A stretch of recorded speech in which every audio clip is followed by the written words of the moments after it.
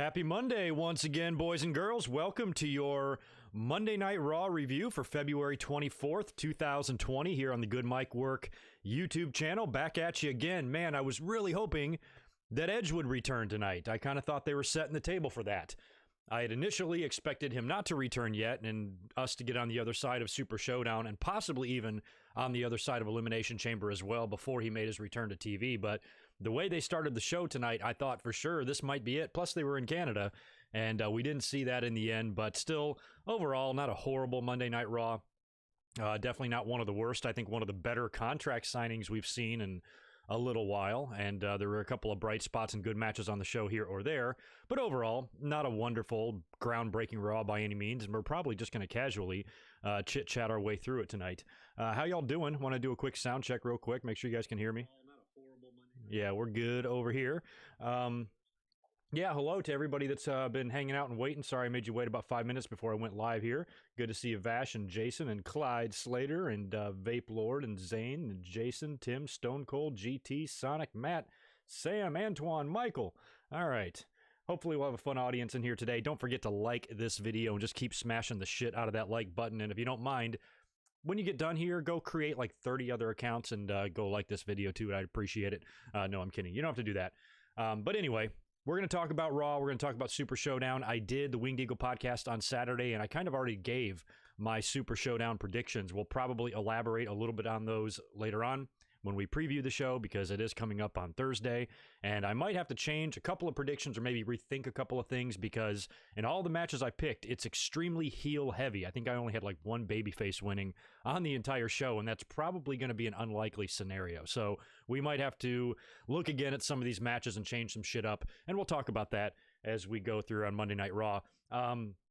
I wasn't able to check out very much wrestling news today, so if there's anything major that I need to talk about here in this episode, we'll definitely do that. And other than that, it's going to be, like I said, kind of a casual hangout, and hopefully we'll answer some questions and super chats and all that good stuff. Speaking of super chats, good buddy Devlin Husband has rolled right in here right away with a $5 message to us. Thank you very much, man, for the support as always.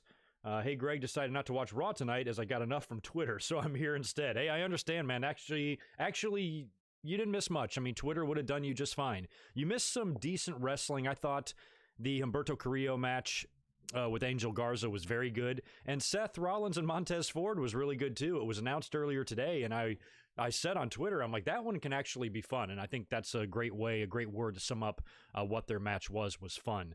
And I like the fact that they kind of cut short Dawkins and Murphy to give Seth and Montez a little bit more time. So I thought that was kind of a bright spot on the show. There was a few entertaining bits and pieces here and there, and that's why I'm not going to give the show an overall bad rating or anything, but I still feel like it's one of these Raws that you could have skipped and missed nothing. I mean, it's the go home show to Super Showdown, but in the end, it didn't mean a whole lot. You know, I mean, hell, we did more to further Elimination Chamber, if you ask me, with the contract signing. So we'll get into all of it here.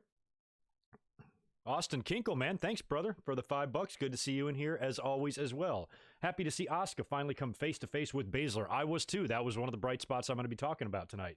The two most dominant NXT champs. And I meant to, the funny thing is, I was working on setting up the stream, but I had that exact same thought, and I meant to put up a Twitter poll asking you guys, who do you think would win between Asuka and Shayna Baszler, just to see like who the fans would pick there. Because it seems like many people right now are very pro Shayna because she's taken on Becky Lynch. But when she was in NXT as champion, all I saw on Twitter was how she held the belt too long and she should fucking drop it and all this shit. So do they like her or do they not like her? Make up y'all's damn mind. But I'm kind of interested to see what the fans think if they were to book Shayna versus Asuka. You know, who do you think would come out on top? You know, in a fantasy booking situation. Now, it depends on WWE's current storylines. Like, what I'm worried about is that leading to WrestleMania, after Shayna Baszler likely wins the Elimination Chamber, that's going to be a big match to have on Raw prior to WrestleMania. Kind of the way Charlotte's working with Bianca this Wednesday. I think they might do the same thing, have Asuka and Shayna Baszler. That match can main event a Monday Night Raw anytime between now and WrestleMania, and just a big test for Shayna, and Shayna puts her down, you know, going into her big match and just building that momentum for Becky. So they could actually do that, but I'd rather have them hold off on it and have Asuka be a challenger to Shayna if Shayna beats Becky for the title. That might be more fun, but then again, Asuka's had her shots lately too. I think the end game here is probably for Asuka to get choked out either way, which is a shame, but it's kind of the reality of the situation. Know what I'm saying? Oh, man. Good. Ajax Johnson, you don't got to work. Good. Well, I'm glad you're here hanging out with us.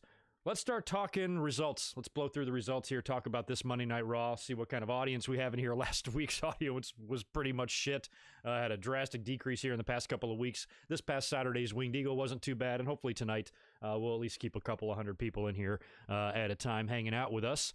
But tonight's Raw was in Winnipeg, and I got to give props right off the bat to the Winnipeg audience. They were fabulous tonight. They seemed really into everything. They were hot for stuff, and they reacted well, and I think they really contributed to some of the good parts of the show. So props to the fans tonight. You guys were awesome, and everybody in Canada is awesome.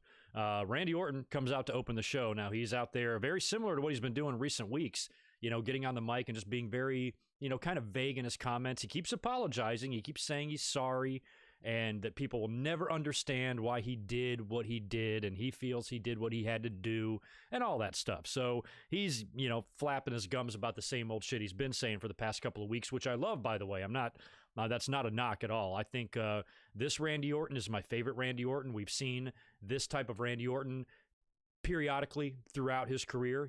He turns up every now and then. All of a sudden, he's always been a Viper, and he's always been extremely calculating and stuff and vicious at times, but then he takes it to another level, every so often in his career. And we've seen that before where he's punting people and putting them out of action and ending careers and all sorts of crazy stuff. So this Randy Orton is back, and I think we can all agree that he's the most fun because he is truly sadistic, especially with what he did to Edge and Matt Hardy. So I love everything that he's saying. He's a great heel in terms of, a lot of fans have never really liked Randy Orton on the mic. I really have never minded him. He's never been great, and if he doesn't have good, dialogue to work with, he's got really nothing good to say, then his promos, like anybody's, can be really repetitive. But when he's got shit to say, like he has been the past couple of weeks, the fans are listening to him. It's not like a Baron Corbin situation where like, get off my TV and all that fucking nonsense. Fans actually are like, I like this Randy Orton a lot. Like it's gonna be a really good match come WrestleMania with him and Edge. I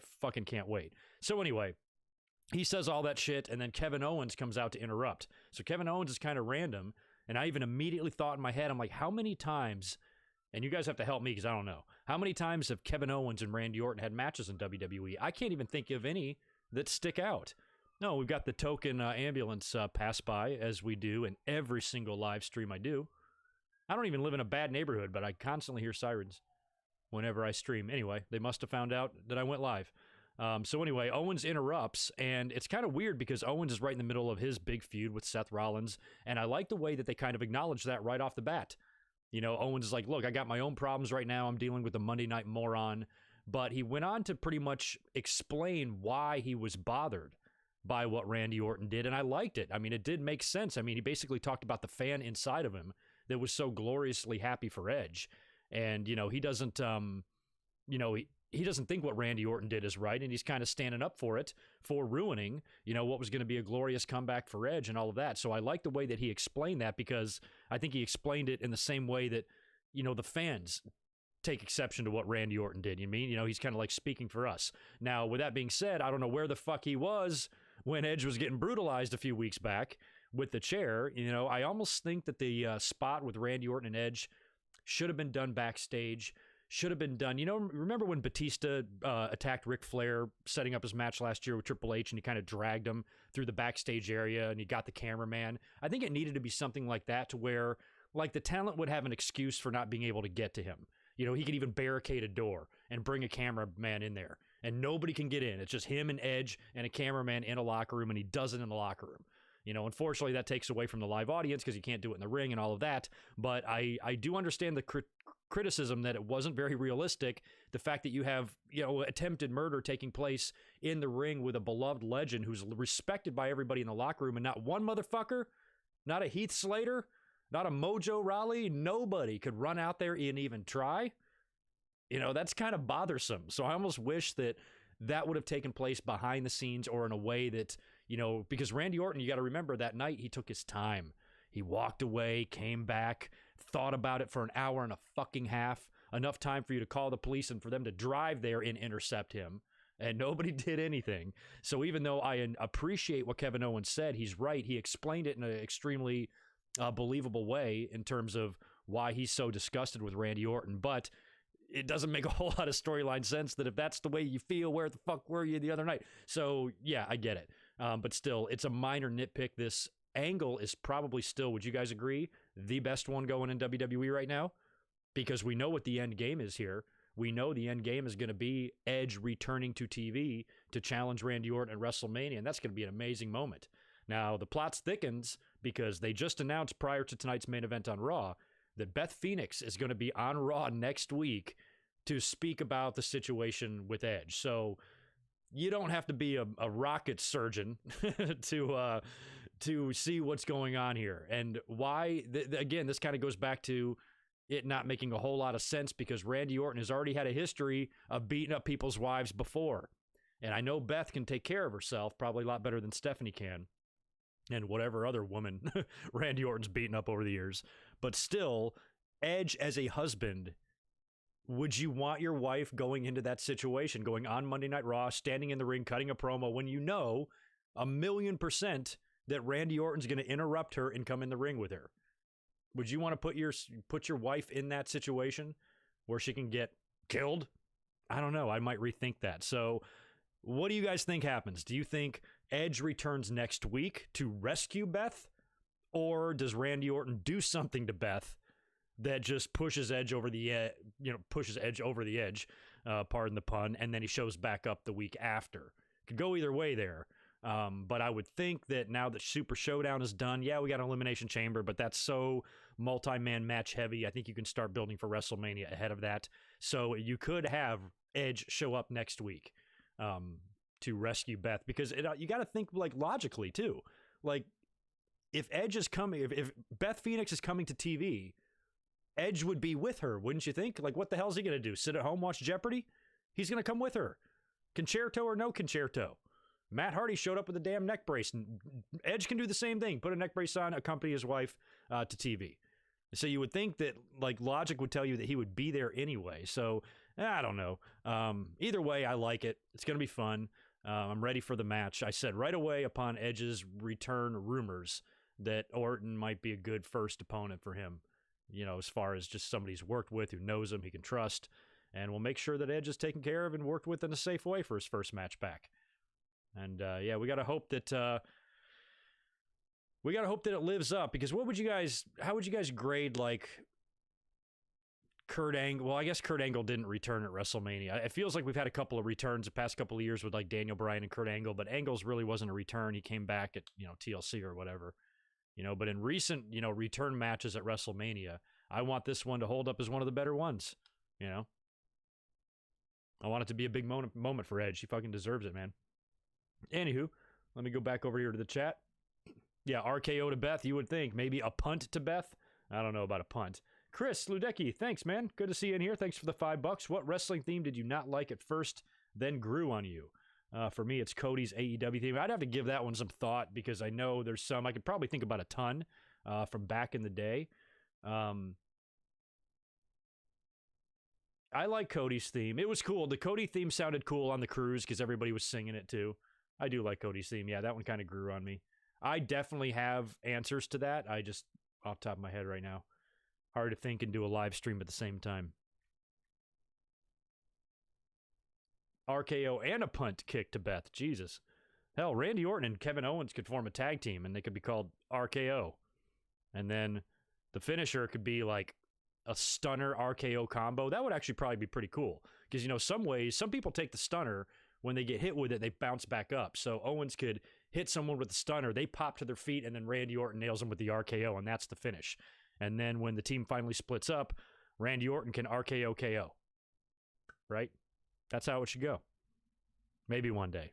Or the three of them could form a three-man team called Rated RKO KO. I don't know. You guys can think of something. Name that faction. Edge, Randy Orton, and Kevin Owens. What do we have next on Raw? Or should we just jump to the main event? I want to stay on track here.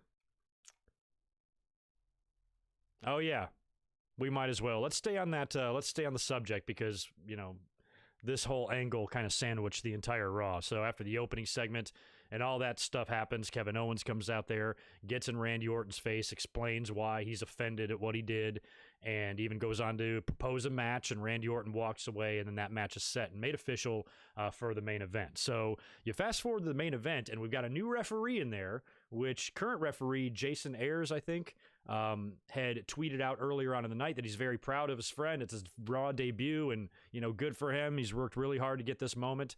So I retweeted that, and then this ref had worked a match or two prior, in the undercard, and here he is in the main event working with Randy Orton and Kevin Owens. The match was pretty good, and there's all sorts of interference everywhere. Seth Rollins and the Monday Night Messiah come out almost immediately. I think you get the Viking Raiders out there fighting them off as well. So there's brawling going on all over the arena and a lot of interference. And what winds up happening is Randy Orton, I guess I don't know if he rolled up Kevin Owens or what happened, got him in a pinning combination, and just out of the blue, the referee just super fast counts Kevin Owens down. 1, 2, 3, boom. And that was it. And even Randy Orton kind of looked surprised. And you could tell that, the referee, something was fishy there. There's kind of a standoff with some chairs. Everybody's got a chair in hand. I think Randy Orton at this time has gone out of the ring and he started going up the ramp. So Owens and Seth Rollins have got the chairs in the ring. The referee pulls Owens' chair away from him. And then Kevin Owens winds up beating the shit out of the referee, ripping his referee shirt off to reveal a Monday Night Messiah shirt. And Seth Rollins stands on the stage and watches Kevin Owens beat the shit out of this referee, hit him with a Stone Cold Stunner, and then power bomb him through a table in the middle of the ring. So Seth Rollins is starting to now get followers in his little faction, and he's up on the ramp saying, "Oh, I didn't know anything about it." Bullshit. You got this kid to drink your Kool-Aid. So I kind of like that he's getting little cult members here, and that he's convincing people to join his group, which is kind of an interesting thought, because it can really strengthen their faction if anybody can be bought or swayed, into this weird ass cult that he has. So you always have to watch your back, because a new Monday Night Messiah member can attack you at any time. So I don't know. I'm still not a very big fan of the Monday Night Messiah. I liked what Kevin Owens called Seth the Monday Night Moron. The gimmick, when it comes to like cult leader gimmicks in wrestling, which we've had several, Seth is not one of the better ones. But he's definitely, this is better than babyface Seth Rollins, because at the end there, babyface Seth Rollins was not getting over. All in all, I'm still not sold on the Monday Night Messiah. They got to keep doing stuff, and they better get better. Otherwise, I'm just going to give up on it. But anywho, that's how the show basically went off the air, with Kevin Owens beating the crap out of the referee. So, like I said, I thought for sure that tonight would be the perfect night for Edge coming back, since this whole thing was set up to be the main event. They were in Canada. I was like, oh shit, this would be perfect. If he comes back and to close out the show tonight, oh my God, that's going to be an amazing moment. But it didn't happen. And I don't think it should have. I mean, I thought that they were going to wait on Edge the whole time, but the way they set this whole thing up in that opening promo, and they made the Owens and Randy Orton match the main event, I'm like, if Edge wasn't coming back, they probably just would have done the match to open the show. You know what I mean? And, have that happen right after the promo. But they had a bigger plan in mind with the purchased referee and all of that. Hell, maybe Seth Rollins will get a double referee like Dave and Earl back in '88. We'll see. But yeah, that's basically how the show went off the air. Not too horrible, but not that great either. And now we'll talk about the middle of the show once I bust out a couple of super chats here. Barry MK, good to see you, man. Thanks for the $2. Favorite wrestling magazine? Oh my God. I actually just got all my magazines a little bit organized, because at some point here in the future, I'm going to be doing a video. I kind of already started half-ass working on it. I just don't want to put a timeline on it yet, because I don't know when I'm going to get it done. But kind of a video going through all of my like wrestling memorabilia and DVDs and videotapes and magazines and all the shit that I have. And I was going to do like kind of a time lapse. I was going to go through my magazines one at a time, but really speed it up. So I'd have to go through them. I have hundreds of them. So I don't know if I have a favorite individual magazine, but if you mean favorite magazine publication, I don't know if I have a favorite one of those too. I have a shitload of Inside Wrestlings and PWIs in my collection, and a lot of old school ones. The Wrestler, got a bunch of those. So I don't know. I used to love wrestling magazines back in the day. I used to go to the newsstands and buy 5, 6, 7 at a time. But I liked them all. They were all very similar too. Back in the 90s and the 80s, they all said a lot of the same things. Some of the interviews were different and things like that, and a lot of them had their own ranking systems. That was always fun to look at. But I pretty much, I was so thirsty for like, wrestling content because it was so hard to get it back then. I just bought any wrestling magazine I could find. I would have done, I couldn't believe, what would wind up happening with technology and how easy it is now just to discuss wrestling with people or look something up or read articles or anything. It's a completely different type of biz, but I have a lot of fond memories of wrestling magazine or reading. Michael, good to see you, man. Thanks for the $5 as well. I appreciate it. We should have a dangerous Danny Davis storyline. Yeah. When was the last time Davis was around? I don't know. Davis does a lot of conventions. If How Weezy is in here, I'm sure he's seen Danny Davis before or met him before. But as far as him being on TV or anything in WWE, not since the early 90s. He was a ref in the 80s. He screwed over Tito Santana against Macho Man for the IC title, screwed over the Bulldogs against the Hearts, and then he was banned for life, became a referee for a couple of years, but then they quietly reinstated him. They never really even said anything on TV from what I remember. Danny Davis was just back to being a referee. So he was suspended for life, but life only meant about 2.5 to 3 years. And he was back as a ref again, and I think he lasted until 94 or 95. Maybe 95 was probably the last time I saw Danny Davis on WWE TV, but I'm surprised they've never really talked about him before, because he was really, really, truly one of the first, like crooked refs in WWE, and especially with him becoming a referee. I mean, I was there at WrestleMania 3. That he had so much fucking heat. Oh my God. I mean, there wasn't really anybody in WWE around that time that was the fans wanted to murder. They wanted to kill this fucking guy. And I did too, even though I'm a huge Bret Hart and Randy Savage fan and they both gained championships because of him, I was a big Tito fan too, and I liked the Bulldogs, and I fucking hated Danny Davis. He had a very hateable face. He had a very douchebag-like face. He strutted around like an asshole, and it was really fun to watch him get his ass kicked. So he had, he doesn't get enough credit for having like super nuclear heat. Danny Davis definitely did, because man, that crowd was orgasming at WrestleMania 3 when the Bulldogs and Tito finally got him in the ring and cornered him by himself, and they just spent 5 minutes beating the shit out of him. Oh my God, the crowd was just, oh my God, they were just gushing over it. It was a wonderful time, man. I'd do anything to go back to those days. Pre-puberty, maybe not. What happened? I'm going to go through what happened. Whisper Gaming, you already missed the beginning, so you got to rewind. But anyway, what was the first match on the show after that opening promo with Owens and Orton and all that? Oh, yeah, it was Angel Garza and Umberto Carrillo. So this issue just continues to go on, but it's not, it's not the worst thing in the world, because not only can the two have good matches together, but this match here was amazing. The crowd was into it. Very, very good match between the two. Actually, not good. It was a great match. And like I said, the crowd was super hot for it. Angel Garza got the victory in the end. They did a backstage interview before they went from Gorilla, before they went out to the ring with Angel Garza and Zelina Vega. And Garza and Zelina reiterated again, like she's been doing every fucking interview, that their relationship is just business, which we wouldn't have any reason to think otherwise, because she has a business relationship with Andrade, and we saw Angel Garza propose on NXT just a few weeks ago. So this this ladies man type of gimmick, I don't know if it'll work or not, but he's, he after Zelina says her piece, he even kind of hits on Charlie Caruso a little bit, and it's like, well, why is he doing that? He just got engaged. But anyway, I guess we're supposed to forget about the engagement. No big deal. And I'm hoping that this all leads to some sort of a big U.S. title type of gig, because Andrade is due to come back. He's even working Super Showdown. I don't know if they're cutting his suspension short or what day the suspension actually ends. I have no idea. Don't remember what day he got suspended on, but it's definitely coming up soon. So he's going to work the Saudi Arabia show. He's in that gauntlet match. And by then he should be, back on TV, and hopefully we can get some sort of a 4-way or some sort of a series of matches that determine a U.S. title match at WrestleMania. I don't know if a 4-way is the way to go. If you do Mysterio, Garza, Umberto Carrillo, and Andrade, it would probably be fun, but I don't know if that's really what you'd want to do for it. Maybe you could, or you just want to center it, or if you want to focus it on a one-on-one match, maybe even have Rey Mysterio's mask on the line. We've speculated on that mask versus title match for a long time. Maybe we'll get it.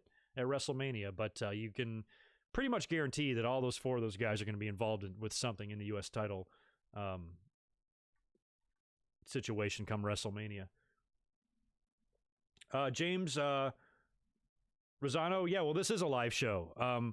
Maybe you mean like live reactions. Well, I was going to say this before. I think the plan is going to be next Monday night, I'm going to react to Raw. So what I want to do is kind of bring those back a little bit, but I wanted to wait until we got closer to WrestleMania time. I thought about waiting until after Elimination Chamber, but maybe not. We'll probably just start it next Wednesday or next Monday. So 1 week from tonight, unless something crazy happens with my schedule and I have to change it, plan on joining me live for Monday Night Raw watch along. We'll do that for WrestleMania season and see how it goes. And if all goes well, I'll continue it beyond WrestleMania season. But after a year and a half of doing those, they just burned me out. And then all of a sudden, like I said, the audience started dropping and it just wasn't worth it anymore. So I just kind of took a break from them with the intention of bringing them back. And I think WrestleMania season will be fun. So yeah, let's start picking that back up next week. I'll put links to that all over YouTube, in the community tab there, on social media and all that stuff. So as long as you follow me on that stuff, you'll be more than informed on the live review or live reaction for next week. So yeah, thanks for bringing that up, James. I appreciate it. Next matchup we had was Ricochet, basically a tune-up here for his big match, his title match against Brock Lesnar on Thursday. He defeated Luke Gallows, no big surprise there. He took on Carl Anderson last week and beat him. So this week he's going to face Gallows, and it was funny. As soon as I didn't even know the match was happening, so as soon as it was announced and Gallows came out to the ring, I just went right to my Raw notes for tonight's show, and I just wrote, Ricochet defeats Gallows. Like, you know what's going to happen. Barely even watched the match. You knew he was going to win. Won with a shooting star. And, whatever. Now, what's funny about this is immediately after the match, they might have gone to a commercial. I think when they came back from commercial, they're showing the OC walking around backstage, kind of licking their wounds. And Aleister Black walks right past him. And AJ's like, Aleister! And they kind of get in each other's faces. And I'm like, ooh, AJ and Aleister, yes, please. I'll take a big fork full of that, and I'll probably have seconds. My God, that would be a fun match and a fun program if they do that.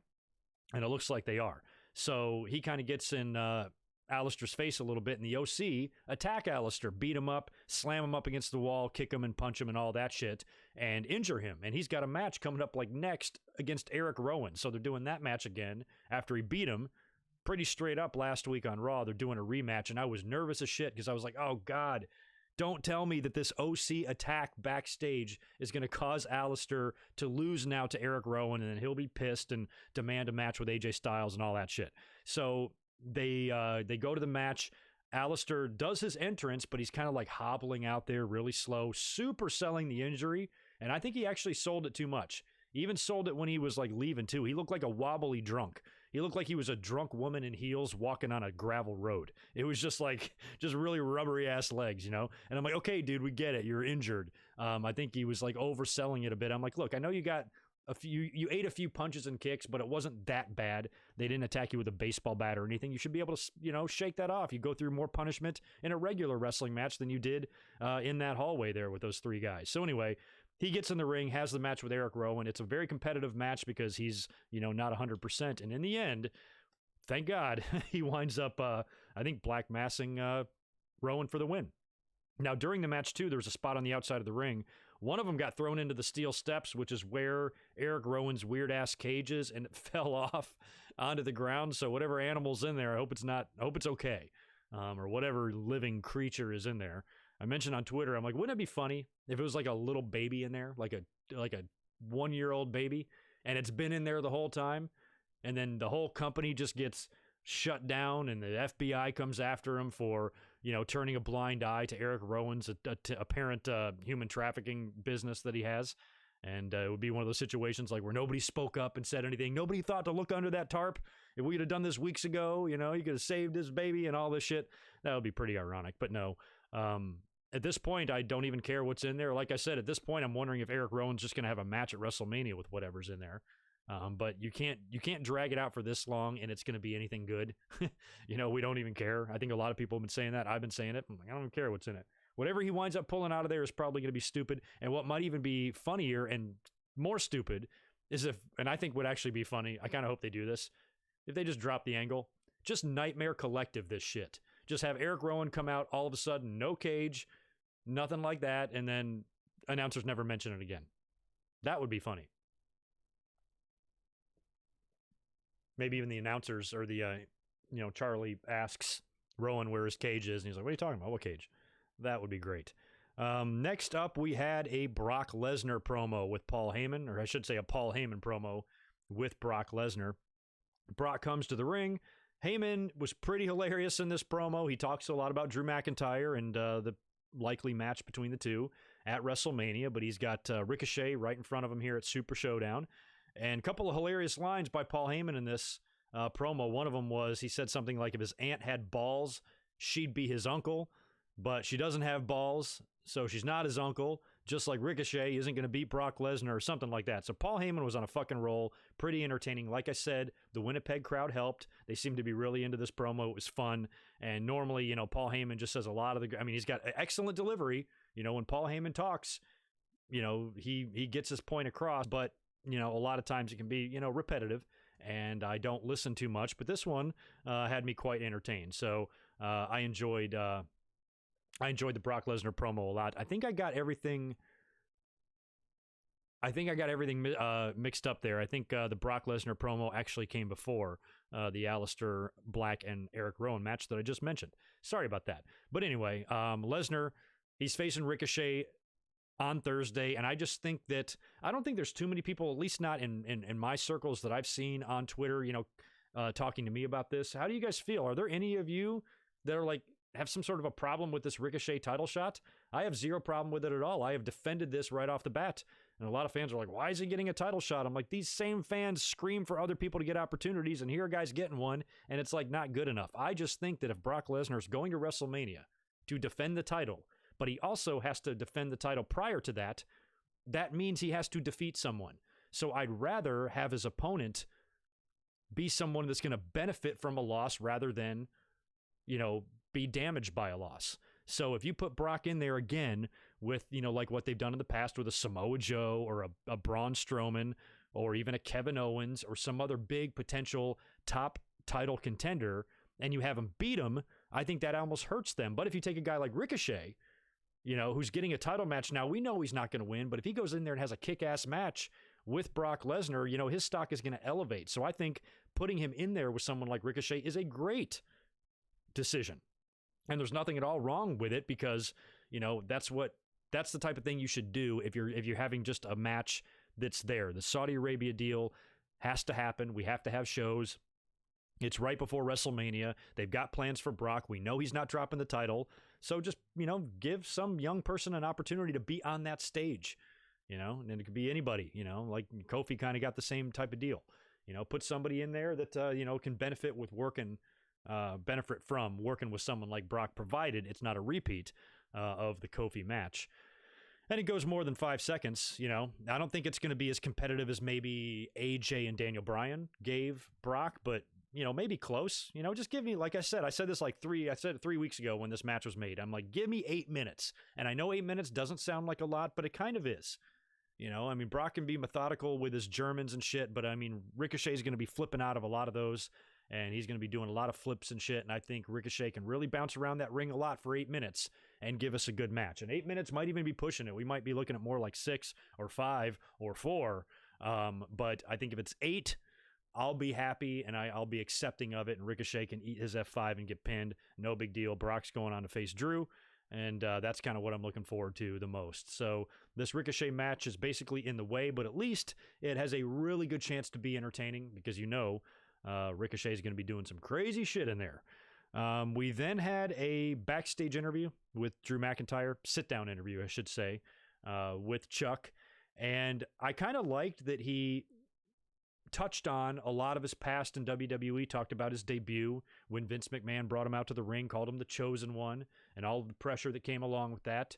Talked about his days in 3MB and how he kind of lost focus and became more of a comedy act, and just didn't have that passion anymore, and talked about his release in WWE and going off and making a name for himself elsewhere, but staying in contact with Triple H the whole time. And then Triple H makes the call, brings him back to the company a couple of years later on the NXT brand. He's dominant there. And then he debuts on Raw about 2 years ago now. So I like the fact that they touched on all of that history. And I thought it was a good interview. You know, Drew, I'm already nervous. I've said this before because Drew, a lot of fans have been clamoring for him, saying, you know, this guy is big, he's bad, he deserves it. He's every single bit as good as Roman Reigns in the ring, has just as good a look, if not better than Roman Reigns, and he's just as good on the mic, if not better than Roman Reigns. So why wouldn't you want to push this guy? He seems like the exact type of guy that Vince McMahon, you know, fondles himself over at the thought of. So why hasn't he got his opportunity yet? So now that he's getting it, I just worry it's going to have that Becky Lynch effect, that it's going to take literally zero time at all for the fans to start turning on him.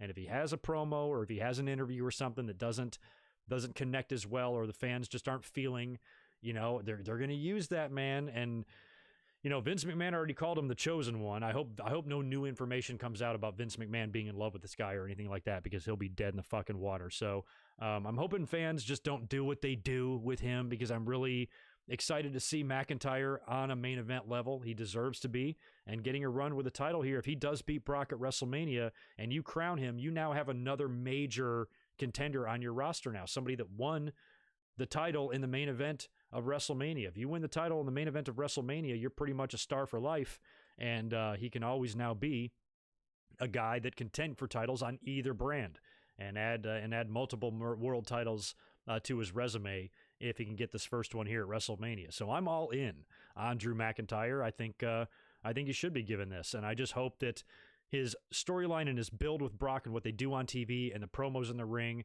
and the brawls that they have, and I'm sure we'll do a contract signing with those guys as well. I'm hoping that all of that is done well and executed well, and it keeps the fans interested in seeing this match in the main event, because, I mean, I don't know how good it's going to be. You know, Drew is very good, Brock is very good, but they're two big guys. We'll have to see, you know, I want to see this match get a little nuts. I want to see it maybe go in a direction that Brock went with Roman. You know, in both of those matches, 31 and 34, we saw a lot of blood. You know, I would like to see that with Drew and Brock too, if they, you know, when they main event at WrestleMania. So I'm keeping my fingers crossed that fans don't kibosh this whole damn thing. Where are we at here? I see some super chats coming in my peripherals. Barry, thank you for another one, man. I'll keep you posted on my next Hawaii vacation coming up in 2021. NXT turned 10 years yesterday. Yes, I saw that. Thoughts on that? I remember when they started, man. I was still living in fucking North Carolina, just about ready to move here. I thought it was going to like suck. I was like, what the fuck is this? But man, have they come a long way. I think it's great. Today's another anniversary too. YouTube is 15 years old today. Happy birthday, YouTube, you assholes. Glad to see you guys are continuing to be wonderful for the creator, and your algorithms aren't fucking us up at all. Nope, not at all. Why don't you go for your birthday? Why don't you go just copyright claim some people just for shits and gigs, because it's what you like to do. But yeah, YouTube turns 15 today. Pretty interesting. And okay, we're got a pretty decent audience. Will you guys keep smashing that thumbs up for me? I would really appreciate it. Thumbs up the shit out of this video. I got a fever. And the only prescription is more thumbs up. And cowbell, but thumbs up first. What was next? The R-Truth stuff? R-Truth is in the ring. He welcomes us to the winter premiere, because it's winter, of Truth TV. I almost forgot about Truth TV. That was even a thing. He says that Bobby Lashley and Lana are going to be his guests, so they come out to the ring. But Lana says that they're not out there for his stupid show. They're there for the match, which is R-Truth versus Bobby Lashley. So Lana goes on to say her piece like she always does. She's annoying as shit. Crowd starts loudly chanting for Rusev Day, which is great. Rusev apparently has been pulled from Super Showdown, so he's not even working that. I don't know what the deal with Rusev is. WWE, they're such idiots, man. This guy, the fans love Rusev, and they don't do jack shit with him. The fans chant his name, and then you hear things like creative doesn't have anything for him. I swear to God, this company is going to give me lupus or something. So Lana says that Rusev Day is canceled, which is an idiotic comment because Rusev Day can't get canceled.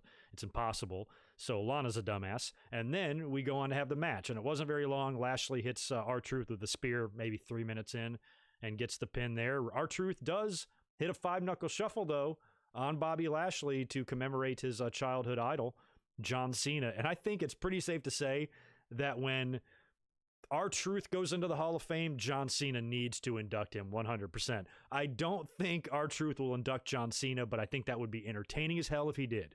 So I'd love to see him induct each other, but it might not be that realistic for R-Truth to be the person to induct John Cena. I don't know if they want to make it that funny, because when John Cena goes in the Hall of Fame, that's going to be a big deal. So I think they're going to want somebody a little bit, with a little bit closer tie to Cena. Maybe The Rock or something. The Rock could be a good guy to do that. But in terms of R-Truth, if WWE puts him into the Hall of Fame, that's a pretty good question. What do you guys think? Yay or nay on Ron Killings in the Hall of Fame? Does he deserve it? Does he deserve it just for his, hard work and his longevity? Or is his resume not strong enough? I'd like to know your opinion before I tell you mine. But if he does go into the Hall of Fame, John Cena absolutely needs to induct him. That would be hysterical. Anyway, next up is the contract signing. Big women's Elimination Chamber contract signing. We got all 6 ladies scheduled to be out there for this thing. And it's funny. I don't know why I understand you got to have the desk and the chair and shit, but now you got 6 of them out there. They've pretty much just brought IKEA into the ring here. They got all these chairs, these tables. I'm like, why can't these ladies just stand up and then you just have a clipboard and you can just sign it by bearing down on that, or put the clipboard on the turnbuckle and just sign it? No, why does everybody have to be in a comfortable leather chair? So everybody's out there, but there's one empty chair. Shayna Baszler's not there. So Lawler continues with the proceedings without her. Asuka grabs the microphone, starts saying, like, where's Shayna? There's nobody there, and blah, blah, blah. But at the same time, they're still trying to get through the signing. So people start signing the contracts. Liv Morgan and Ruby and Sarah and everybody signs the contracts or starts signing the contract. And that's when Shayna Baszler's music hits. And she comes through the crowd, hops over the barricade, gets in the ring. Very cool what they did here. I actually like this. I thought this thing was going to be stupid and just a dumb pull apart brawl like they all are. But this one was a little different in the sense that when Shayna got in the ring, she kind of went and looked at every woman. And then Asuka got right in her face, which is a great tease. Asuka and Shayna Baszler one day, facing it off head to head. And I mentioned at the opening of the show here, much like, Charlotte going to NXT this week to face Bianca Belair, we might get that Shayna Baszler and Asuka match a lot sooner than we're expecting. We might get that in the build, in the lead up to WrestleMania, maybe right after Elimination Chamber. We'll get that one-on-one on Raw. That could main event Raw. That would be a big deal. So Asuka kind of gets in her face, and she pushed Natty out of the way in order to get in Shayna Baszler's face. So Natty then gets up, attacks Asuka. All the ladies start brawling, but Shayna kind of stands back, puts her hands up, and there's this giant pull-apart brawl. Officials get involved, and everybody winds up beating the shit out of each other and powders out. Next thing you know, Shayna's in the ring all by herself, and she never had to put her hands on anybody. Never got touched and got away completely scot-free. And that's when Becky Lynch's music hit. She comes out there with those funny glasses, takes them off, hits the ring. We get a brawl between the 2 ladies and a pull-apart, and they try to get to each other a couple of times, and the crowd is chanting, "Let them fight." And I don't know, man. I think they need something to put this over the edge. They tried a couple of things. I'll give them credit. They did the, Shayna biting Becky Lynch's neck and the blood and the whole deal. Last year was kind of fun too. They had that really great Raw. Remember when it was Becky and Ronda and Charlotte and they were brawling backstage and they got arrested and they were kicking out the glass window of the police car and all that shit. That was great. That was just so overly bonkers that it worked to perfection. I think the 2 of these ladies need something like that here on the road to WrestleMania for us to really care. But I feel like, Becky is, maybe met her match here. I mean, is Becky, after holding the title for a year, really going to retain against Shayna Baszler? I've been mentioning Ronda Rousey's name for the past 8 months, on my channel here. So if the plan is for Rousey to come back at any time, I suppose you could still save Becky a little bit. I mean, if Becky does retain and then comes out the next night on Monday Night Raw to gloat or to celebrate, and then she's interrupted by Rousey, that big night after WrestleMania return, maybe that could be it. But I feel like Shayna Baszler should win the title here. If this is what they're doing, and there's no plans for Rousey to come back right now, somebody's got to beat Becky, and it's been a year. Fans are over her, and they're ready for something else. And so now they can start shitting on Drew McIntyre when he wins the title, and they can start being over him too and say how he's not worthy and all that stuff. So I feel like Becky's run has run her course. It's time for somebody else to get that pointless heat that she gets. and pass it on to Shayna Baszler. We need that badass on the roster on Raw. So yeah, what do y'all think about that? I think with the with the title in the future too, there's not many contenders. I mean, when you look at Liv Morgan, Ruby Riott, Sarah Logan, Natty, none of them scream contenders. So I mean, Shayna, I kind of hope Shayna wins, the title, because then you can do the return. Becky will get a rematch or something at the next pay-per-view or whatever. And then maybe somebody fun can win the Money in the Bank. And that's the person that takes the belt off of Shayna. Something like that. So we had, actually, before I get into these next two matches, because they kind of go hand in hand, I think I got another super chat to answer or two. Austin Kinkle, thanks for another $5, dude. I appreciate it. It's amazing what a non-factor this Lana Lashley Rusev thing is now. It was opening and closing shows every week before the Rumble. I know. It's like, why did they get so into it? And now it feels like it never even happened. They don't even really, Bobby Lashley and Lana are just a blip in the radar on Monday Night Raw now. I feel like they got nothing to do. They got nowhere to go. I mean, it's going to be really hard. Well, it should be really easy to turn Bobby Lashley babyface if you wanted to. All you have to do is just make Lana unbearable, which she already is. And eventually that'll probably catch up to her.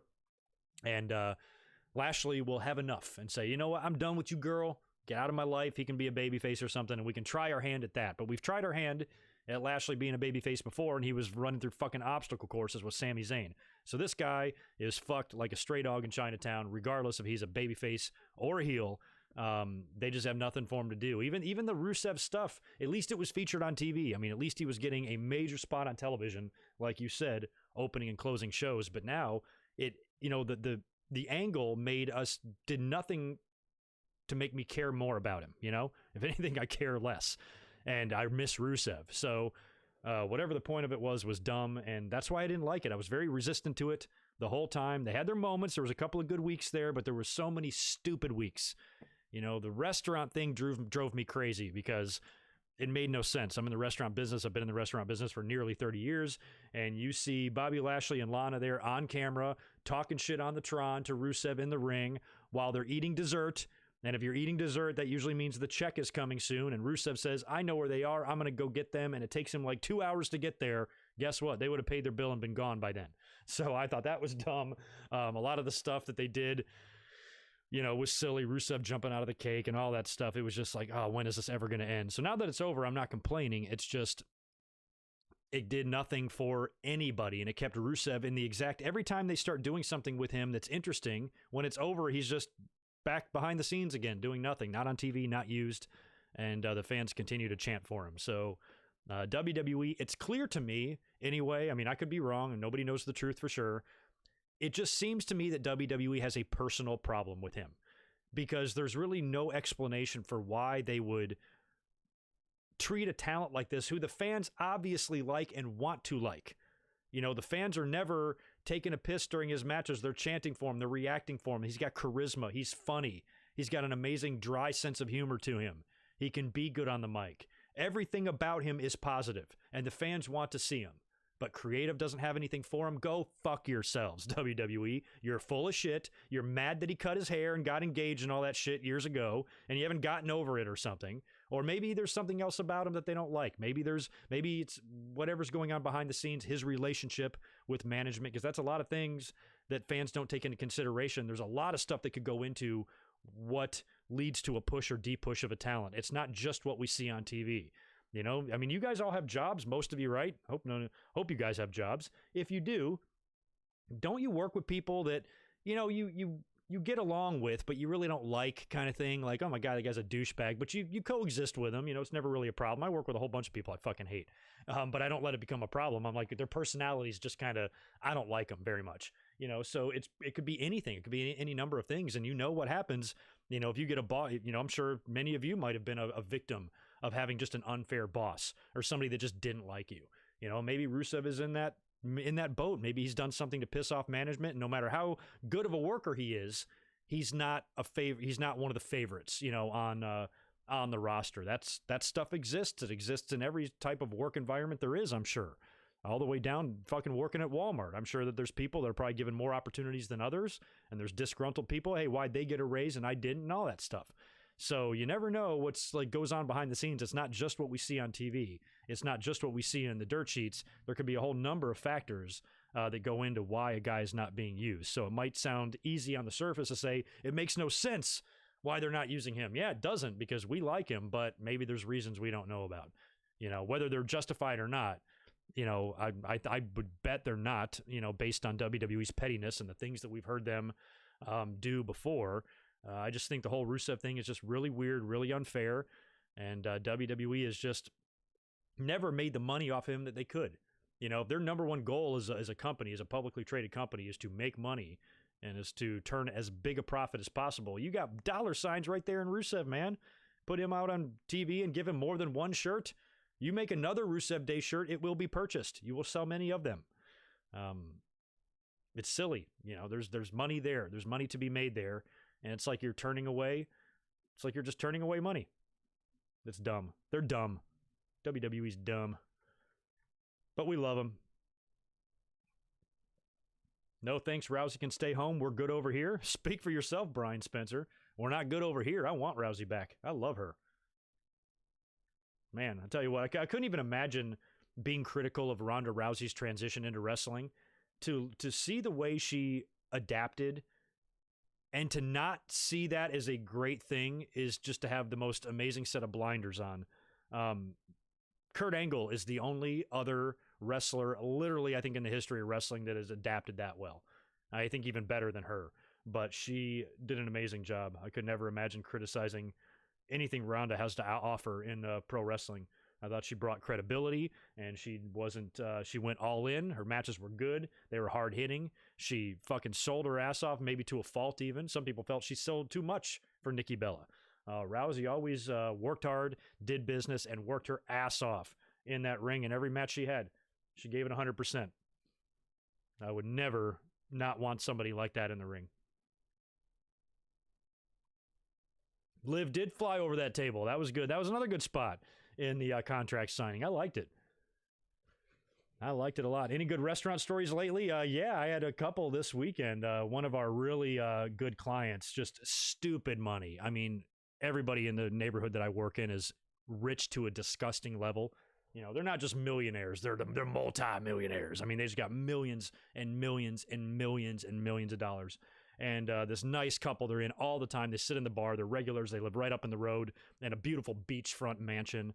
He had a 60th birthday over the weekend, and we were invited. Some people from the restaurant were invited, and there was talk. So he said he had a $1 million budget for his party, and he was going to be renting out a major like 80s band. It was this whole 80s theme night, but he wouldn't tell anybody who it was. And a couple of years ago, somebody that's one of his friends did the same thing at the same bar called the Belly Up in San Diego here. They rented out the Rolling fucking Stones. The Rolling Stones played a private concert for this guy and his friends. So now this other rich guy is doing the same thing, and we're like, holy shit, who's it going to be? Guns N' Roses or AC/DC? Turned out to be Cheap Trick. So not the biggest band, but still really cool. And that was on Saturday night. Well, he came into the restaurant last night when I was working, and came in, and he was like, we're here to celebrate. He brought the band that opened for Cheap Trick with him. They all had dinner, and wound up like showing me pictures and everything of all the shit that they did last night, and then ordered the most expensive wine we had on our menu, which is about $600 a bottle. Ordered 3 of them, and they're sitting there with all this expensive wine, $1,200 of wine. I'm sorry, $1,800 of wine sitting right there on the table. And then he's like, let's text him.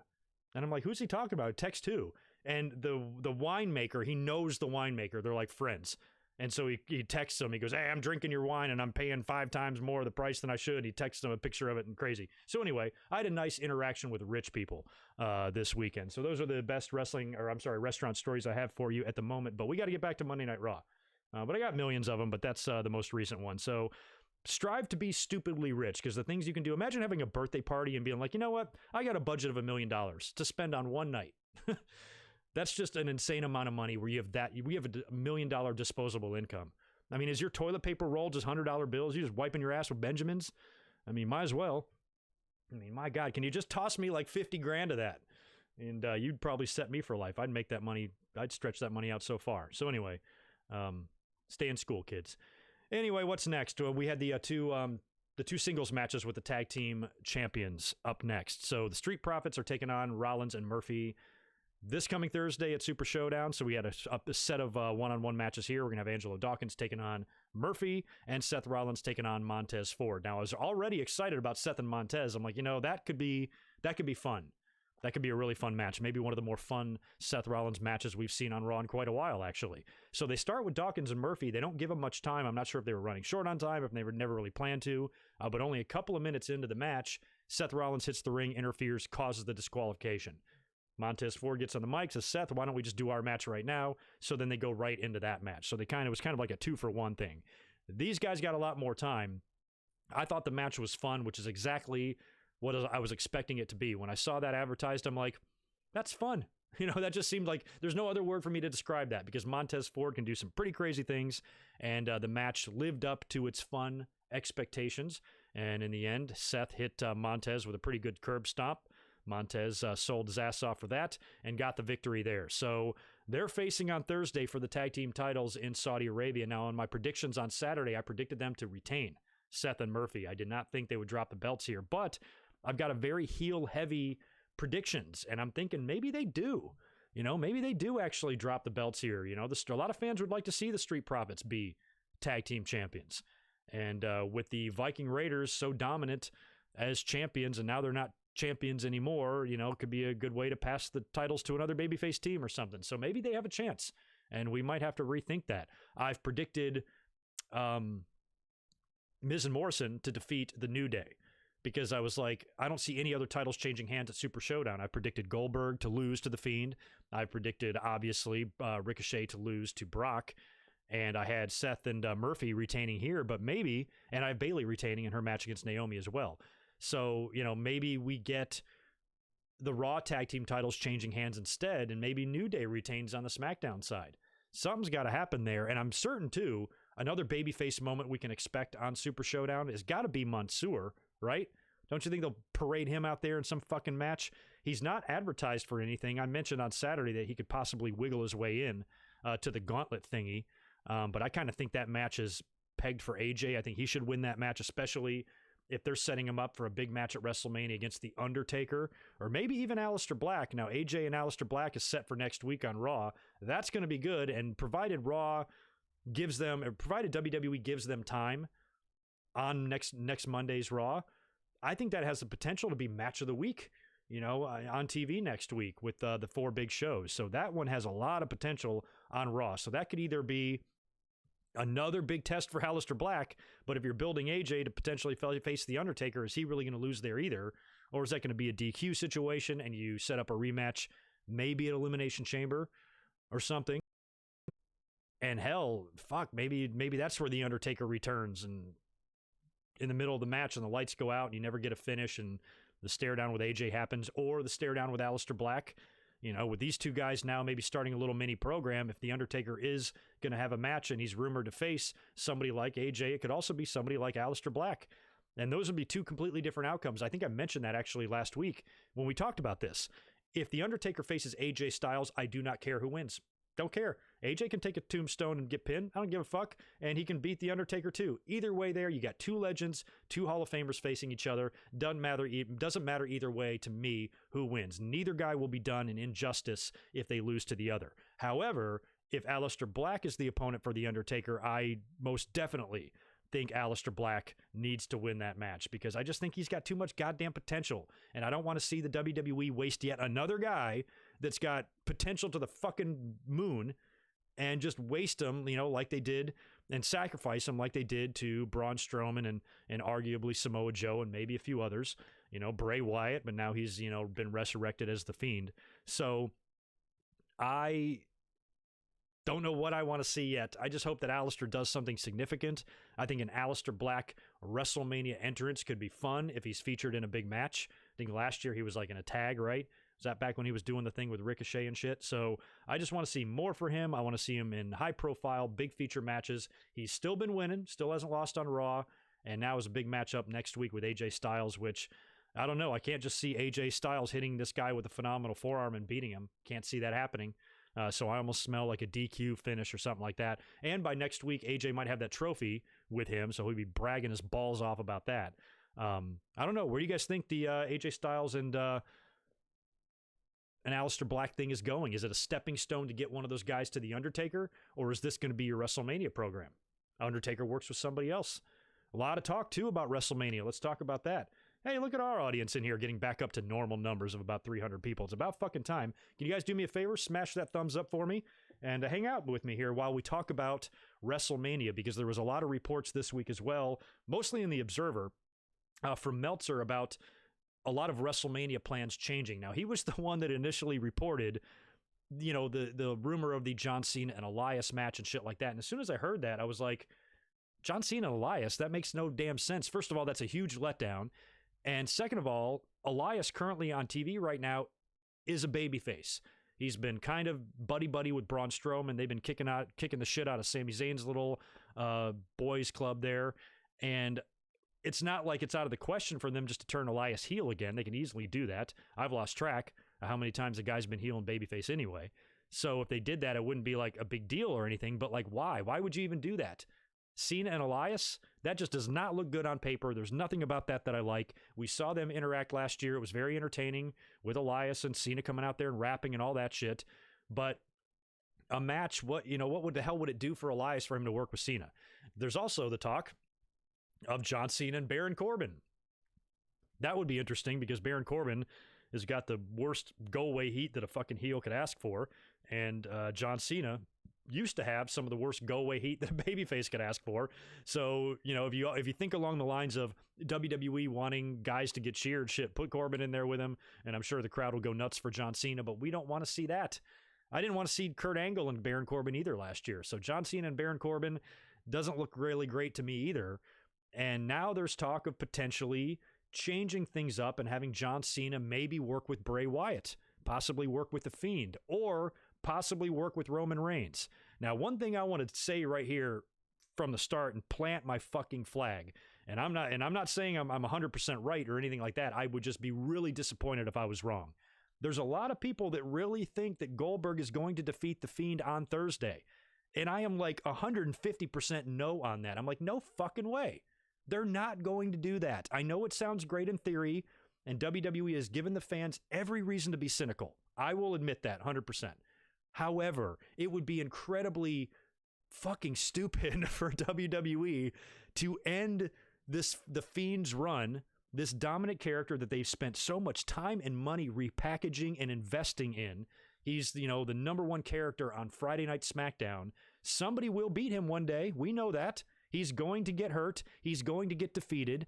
But the one who's going to do it is a dude in his 50s who shows up twice a year. Get the fuck out of my house. Close the door behind you. Jesus, man. No, they're not going to do that. That would be crazy. And a lot of fans think, well, if Goldberg's the champion going into WrestleMania and he faces Roman Reigns, that'll help the crowd cheer for Roman Reigns. I get what you're saying there, too. You're not exactly wrong in that line of thinking. There's just no way they're going to do that. So regardless of what Dave Meltzer says, and regardless of what's out there in the rumor mill, I am saying no. Goldberg is not defeating The Fiend. Plus, look at what happened on last Friday's SmackDown. They did the thing. He's in the ring. Fiend's in there with him. He gets speared. That's how the show's going to go off the air. So Goldberg's going to punk out The Fiend on SmackDown. Then he's going to beat him for the title on Thursday. Why don't you just take a shit on the face of Bray Wyatt while you're at it? They're not going to do that. There's just no fucking way. Bray Wyatt is going to beat Goldberg. Hell, maybe he doesn't beat him. Maybe he just retains the title in some way. Maybe there's some sort of a wonky-ass DQ, because if you do want to have Goldberg have a match at WrestleMania, you might not want to have him come off a loss, especially if he's going to take another one, So if Goldberg goes into WrestleMania to face John Cena, which is another possibility, or if Goldberg goes into WrestleMania to face Roman Reigns, maybe not for the title, just a battle of the spears or something like that, legend against, a new star, new kid on the block or whatever. Roman Reigns has put down a lot of legends at WrestleMania if he winds up putting down The Undertaker and then maybe even retires Goldberg too. But I just don't see him. I don't see a scenario where he's Universal Champion again. And I also don't see that for John Cena. And we talked about that too. Now there's the talk of maybe The Fiend will be challenged by John Cena for the title. And John Cena will be going for that record-breaking title. And it'll be the Universal title, a title he's never held, a title that I've maintained for the past year and a half that John Cena will be winning. Because WWE is going to want his name on that title history. He's going to want that name on his own resume too, or that title on his own resume as well. And he'll win it. He's going to win it one day. But if he does get the match against Bray Wyatt at WrestleMania, I vote no. And again, I'm not saying that this is what's going to happen. This is the way I would book it. If Bray Wyatt, whoever he defends the title against, assuming he beats Goldberg, which I'm expecting him to, whoever he defends the title against at WrestleMania, he's got to beat them, assuming that Drew McIntyre and Brock Lesnar are your main event, which that's what's being reported right now, unless something changes. Provided that Drew and Brock are the main event, and provided that the plan is to crown Drew and make him the world champion in the main event and have that big moment, fireworks and all, I don't think if you're going to end The Fiend's run, it's going to come on the undercard of that. I think The Fiend finally getting beat by somebody needs to be the focal point of a pay-per-view or the focal point of a show. And it won't be if it's not the main event at WrestleMania and Drew's being crowned to close out the show. It'll almost be like forgotten. So I think Bray Wyatt needs to hold the title beyond WrestleMania. And I'm predicting right now, my early prediction. Now again, all this hinges on Brock and Drew main eventing. If they don't main event, then everything's up in the air. But if Brock and Drew are your main event, I am predicting right now that The Fiend will not lose the Universal title at WrestleMania. He will lose it, and he'll probably lose it shortly after WrestleMania, but not at WrestleMania. So whoever winds up beating him, Roman Reigns, John Cena, whoever spears him or FUs him, into a 1-2-3 and wins the title, that should be at the main event of a show, the final thing you see with the show going off the air, with The Fiend being defeated and a new champion being crowned. And unfortunately, that can't be WrestleMania because it's probably going to be Drew's moment. So I think that's going to be too much going on. You've got Charlotte and Rhea Ripley. You got 3 women's matches going to happen on the show too. 3 big ones. Charlotte and Rhea Ripley, Shayna Baszler and Becky Lynch, and probably Bayley and Sasha Banks. I know on TV they haven't really done much to plant any seeds for that, but I think the seed has been planted from back since last year when they dropped the titles to the Iconics, and then Sasha went away and then returned, and they've kind of been reunited back together. Something will happen there, and you can get that big Sasha and Bayley match. So that's probably the match we're going to get unless they do a multi-woman thing on the SmackDown side of things. So that's a lot of title matches on the line, or a lot of titles on the line, and I don't think everybody's going to be dropping the belts. Somebody told me on Twitter, I think last year we had like 7 title changes. That's way too many. I say 3 max, maybe 4 if you have to. One of the women's titles changing hands, maybe 2. Maybe Charlotte and Shayna Baszler are both crowned at WrestleMania. You put the world title on Drew, that's 3. You're going to have the IC title on the line. You're going to have the US title on the line. You're going to have both tag titles on the line. So you got a lot going on there, and I don't think like everybody can drop their belts. And if you have The Fiend lose in the 4th match of the card after all of that focus on the Fiend character, it's kind of a weird place to lose it. I didn't like when it happened at 33. Was it 33? When Bray Wyatt lost to Randy Orton? Didn't that happen on the undercard too? I remember not liking that. I'm like, man, they should have saved that. They should have had, because Bray Wyatt just won the damn belt at Elimination Chamber. They should have had him carry it at least into the summer. And then if Randy Orton has to beat him or somebody has to beat him, fine. But WrestleMania seemed way too fast. So I don't want to see that happen to him again. I don't want to see history repeat itself. And I'm intrigued by the possibility of John Cena and Bray Wyatt, because don't forget, they go back a long way. WrestleMania 30, a match that has never really sat well with fans. I, maybe rightfully, maybe unrightfully so, defended it at the time because I still was looking at the bigger picture. I'm like, oh my God, Bray Wyatt should quit WWE. That's what people were saying. He wrestled John Cena at WrestleMania. He wrestled the biggest star currently in WWE at the biggest show, and the fans think this wrestler needs to quit. That's kind of where my argument was coming from. I'm like, y'all need to shut the fuck up, okay? This guy's not being shit on. He just made $1 million for that match. He was in a high-profile match on the 30th anniversary of their biggest show against WWE's top star. If I'm that wrestler, I don't give a fuck if I win, lose, or draw to John Cena. I don't care. He can F5 me, or I keep calling it F5. He can AA me in the middle of the ring in a minute and a half and pin me. I don't give a shit. I'm happy to be thought of in that light. I'm happy to be in a match with a star of that caliber on a show that big. But the fans kind of took it as, oh, he's ruined and buried and he'll never recover from it. And, there was a little bit of truth to that because it was very hard for him to recover. And it took a couple of years before he got back into, main event contention and finally had that small cup of coffee with the title. So a lot of people could argue that what John Cena did to Bray Wyatt contributed to his downfall and the reason we see The Fiend right now. So if John Cena now faces The Fiend again at WrestleMania, I ain't defending this one. If John Cena faces The Fiend at WrestleMania, you bet your balls he better lose. Holy shit, he better lose. Back at WrestleMania 30, I was willing to defend it because I think the fans are fucking out of their minds and all need therapy. But this time around, their anger will be justified because that would be a little bit ridiculous to not only did you kill this guy once, now you've built up this Fiend character. It's super over. The fans are into it. And then Cena puts him down again. Oh my God.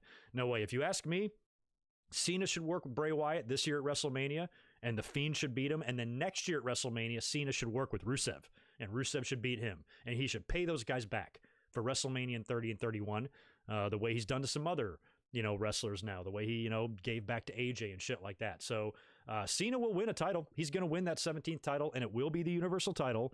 I just don't know if he's going to wind up beating The Fiend for that, or if we're going to have a couple of title changes before Cena gets that belt again, or if he's back for a small run here, but if it happens at WrestleMania, I just don't think that's a good place for John Cena to win a world title again, on the undercard and all that. Make that a pay-per-view main event at whatever the fuck, Backlash, Money in the Bank. There was rumors at one time that Money in the Bank might be here in LA. If it is, I want to go. But maybe this summer or something. I just don't think The Fiend should drop the belt at WrestleMania if you got so much other stuff going on.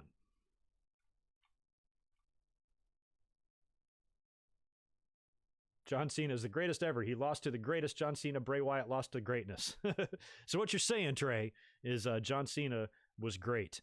Look at us, back to our big boy numbers. Why is YouTube like that? Last Monday, at the same time in the stream, I had 80 people in here. Now I have 400. What is going on with YouTube? Anyway, hello, everybody. Welcome. By the way, for those of you here right now, stay tuned to the channel this week. Tons of videos. This coming Thursday at 3 p.m., same time as my Winged Eagle podcasts on Saturdays, 3 p.m. Pacific time. It'll be 6 p.m. on the East Coast. I will be up here with my live Super Showdown results and review. I'm going to, wake up and watch the show, and I'll come up and talk about it. And we're going to combine that with AEW Revolution predictions. So that'll be a Thursday afternoon live stream. It'll be really fun. So we'll talk about Super Showdown, and then we'll predict Revolution. And then on Saturday, this coming Saturday, that's the day of Revolution. So my normal Winged Eagle podcast is going to be postponed. We're actually going to do a nighttime podcast. I still keep it the Winged Eagle because I want to talk about other stuff, but that will encompass all of the results of Revolution as well. Because I'll be buying the pay-per-view. I'll be watching it on Saturday. I've taken the night off. I'll be live tweeting throughout the whole thing, and then we'll come up and talk about it after the fact. So 3 big live podcast reviews coming to you this week, and a lot of other stuff going on behind the scenes as well. So keep that in mind. Thought I'd mention that since the audience is pretty decent in here at the moment. But again, like we were talking about with WrestleMania, there's just a million different things to speculate on. So if you guys want to elaborate on any of that, Cena, Fiend, Roman, Goldberg, if there's going to be some sort of combination there with those 4 guys, and it has to happen. Unfortunately, the answer can't be, I don't want to see any of them because WWE's not going to do that. Sounds like to me, those 4 guys are going to be involved in matches. So how would you pair them up? What would you do? What do you want to see?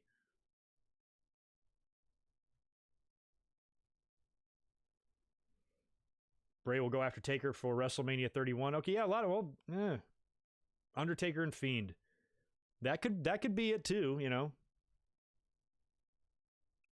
And I actually would be okay with that because my main point here is I think The Fiend, like I said, like I just kept yapping about for the last 5 minutes, I just think The Fiend's title loss should be a bigger deal. It should be the main event of a show. So whenever that happens, that's, up to WWE. But for the meantime, he's got to get through WrestleMania and beat somebody. So I guess it doesn't really matter who he beats. And The Undertaker, would look awfully good on that resume. I almost think John Cena would be better, though. Just John Cena just exercising that demon.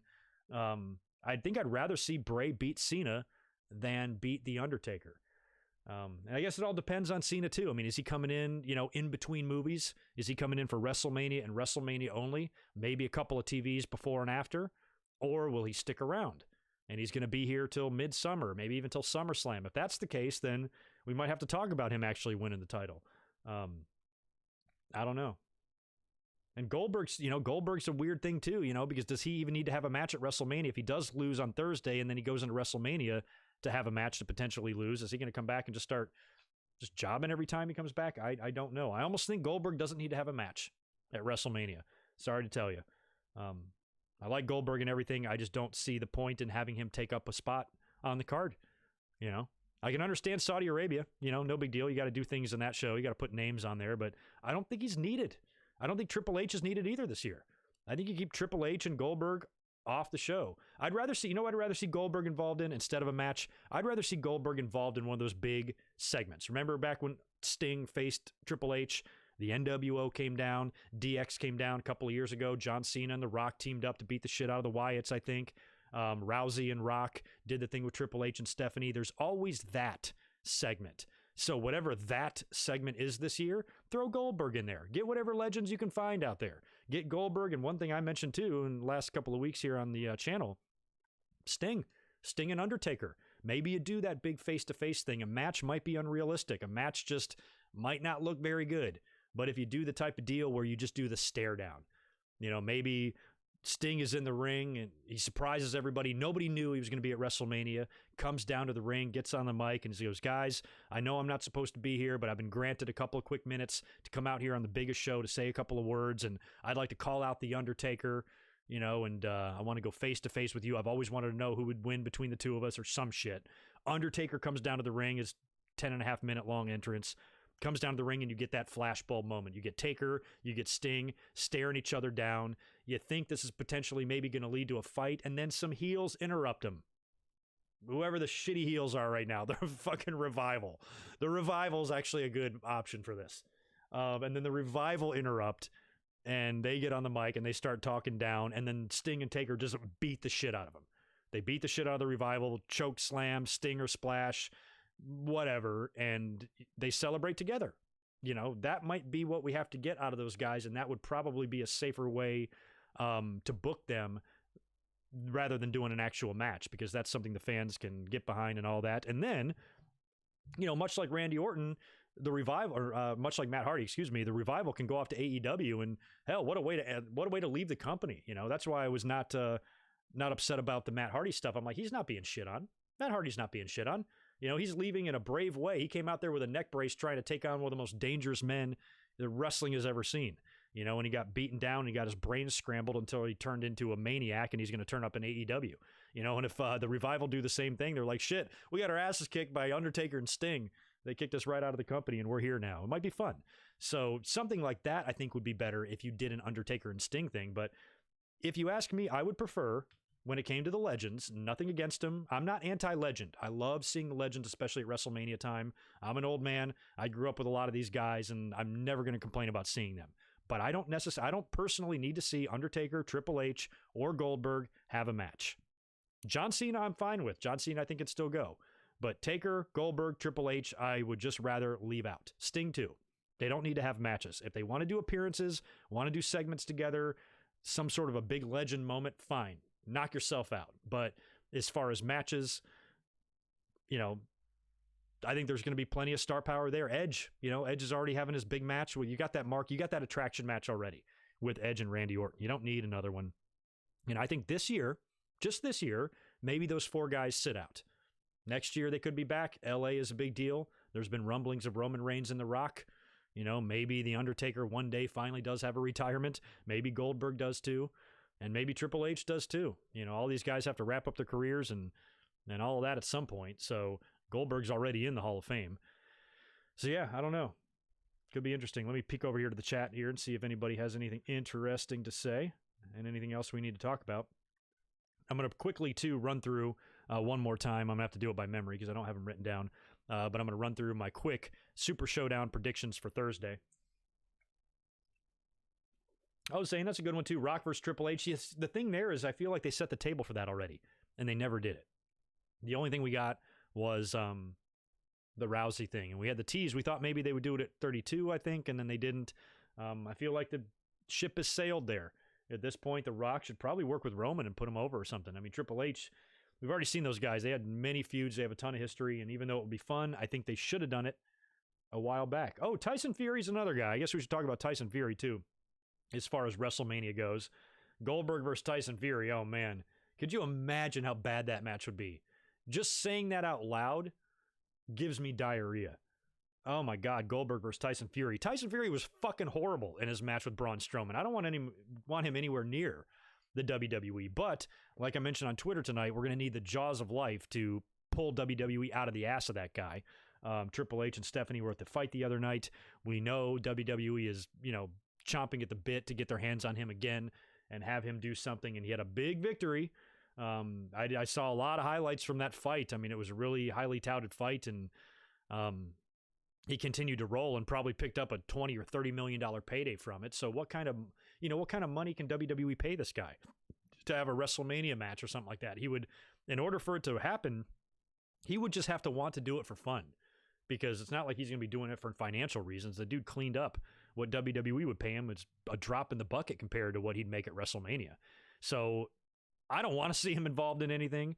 I guess I don't necessarily have anything against him as a boxer. And it's nothing new. WWE's involved a lot of boxers, Mike Tyson and Buster Douglas and Butterbean and all that stuff in the past. But we saw his match at Super Showdown with Braun Strowman, and it was a pile of dog shit. And it's just not something that I necessarily need to see. So again, like I mentioned with the Legends, if you're going to do something with Tyson Fury at WrestleMania, just make it a segment, man. Have him punch out a heel. Why can't I think of like the really annoying heel? Like, who's the annoying heel that comes out and interrupts you and he's completely fucking delusional? Somebody like a Heath Slater. Just come out and interrupt him and he can knock him out and have his little moment. Kind of like what they did on SmackDown. After he had his match with Braun Strowman, the two kind of took care of business together and now have like a mutual respect. So maybe it's something like that, but an actual match, I don't know. If you give me Tyson Fury against Floyd Mayweather, against Mike Tyson and like a triple threat, and you make Mr. T the referee, I'd be down. But other than that, I have no interest in seeing Tyson Fury in the WWE, but doesn't matter what I want. WWE's going to use him anyway. I guess it all just depends. I guess it just depends on money. And if he wants to or not. But Goldberg versus Tyson Fury. I really hope we see a Rock appearance at WrestleMania. I always enjoy seeing The Rock. If we don't, though, I'm fairly confident that we'll see him next year. I feel like we have to. They're in LA. I mean, hell, even Rock, I was in Staples for the first SmackDown on Fox. He even made a trip for that. So if it's in LA, it probably would work out for him. And I think next year is a really big possibility. This year, though, maybe not. I mean, he could come in this year and maybe plant a seed. That would be fun if he did make a brief appearance this year at WrestleMania and just planted a little seed for something next year. That would be cool. But I'm based on the fact that WrestleMania, is going to be here in LA next year, I'm not going to be that freaked out if we don't see Rock this year. But I'd like to. I like The Rock. I'd like to see him come in and do something, tribute his dad, would be nice. His daughter is now training at the Performance Center. She's got a ton of pressure on her. Poor girl. It's gonna, what's gonna suck? It's gonna suck if she's really good, because if she's really good, WWE's gonna push her, but the fans aren't gonna see that she's good. They're gonna see the push. Oh, she's the Rock's daughter. She gets everything she wants. I'd much rather she sucked. That way, she'll be pushed accordingly. But with Charlotte, if I got news for you, if Charlotte sucked, she would not be the queen. She would not be the most decorated woman. Look at Natalya. She's got a ton of family history as well, and she's just not as good, as those girls. Sorry. But if The Rock's daughter turns out to have a ton of just natural talent and she takes to wrestling and it just fits her like a glove and she gets opportunities, the fans they're going to be fucking hard on her, and all that. But I just wish her the best. But as far as Rock being at WrestleMania, it would be super cool if he came out, did some tribute to Rocky, because I know that was tough on him and all that stuff. So we'll see. But if not this year, we'll get something next year. What else do I have written down for all this? We talked about Beth Phoenix coming back too, right? Yeah, she's coming back next week. Talked about that in the beginning of the show. If you are interested in hearing what I had to say about Randy Orton and Edge and Kevin Owens and the whole situation tonight and Beth Phoenix next week and where I think all of this is going to lead, just scroll back to the beginning of this episode. You'll hear all about that as we opened it up here. And as Adam says, hit that like button for Uncle Greg. Yeah, and then after this, after I'm done running through these predictions here, I'll hang out in the chat if you guys want to talk about anything or ask any questions. Shit like that, we'll do a little brief Q&A here because there's going to be a whole lot of live streaming this week. You're going to see a lot of me. Get ready. But anyway, let me run through these Super Showdown predictions. You guys got to help me in case I forget some. I believe Bayley is going to retain over Naomi. Goldberg is going to, like I said, is going to lose to The Fiend. So Bayley over Naomi, The Fiend over Goldberg, and Brock Lesnar over Ricochet. Roman Reigns over Baron Corbin. As of right now, I've got Miz and Morrison defeating the New Day for the SmackDown Tag Team titles. I just feel like we need to have a title change on the show. I didn't predict anybody else to drop their belts, so I feel like that would give us one thing on the show. And Morrison just came back. They kind of feel like they haven't, aside from the reuniting with The Miz, I feel like it's almost gotten forgotten already. Like, it's not even that big of a deal. So put the tag team titles on them. They can be on TV and bragging, maybe do some more of their little, YouTube show and shit like that and try to be entertaining. So I kind of thought that maybe they would pick up the belts there. But when I look at my predictions, because I'm also predicting Seth Rollins and Murphy to retain over the Street Profits, and I've got one more match as well. What was the other match? Oh, and the Gauntlet that I have AJ winning. So that's a lot of heels. That's The Fiend, that's Brock, that's Bayley, that's AJ, that's Seth and Murphy. The only baby faces I have winning are Roman beating Baron Corbin in the cage and oh shit, or is that it? I guess that's the only babyface I have winning. Ha, just Roman. So yeah, I feel like something's got to change there, right? Something's got to give. Yeah, something's got to give. What do y'all think? It depends on if they want to give Saudi Arabia anything, if they want to treat this as a, like a glorified house show, or, if we're going to get some actual title changes. So maybe we reverse that. Maybe you have is Kevin Owens even going? I don't think he is. Maybe Seth and Murphy do drop the belts, and then maybe New Day retains. But I kind of just feel like it's going to be the opposite. And like I said, we could get Mansoor having a match here, which would give us a babyface moment. But for the most part, with the Fiend winning and Brock winning, and heels winning both tag matches and Bayley winning the women's match, all I got really is Roman. Roman's the lone babyface to carry the thing, and AJ winning the gauntlet. So yeah, I have a feeling. I was really confident when I made my predictions. I was confident as hell. I'm like, man, I busted those predictions out. I got a really good chance of getting them all right here. But just when you read that, I don't think I do. So of my predictions, like, what would you guys change? Like, what do you think? What do you think I got wrong?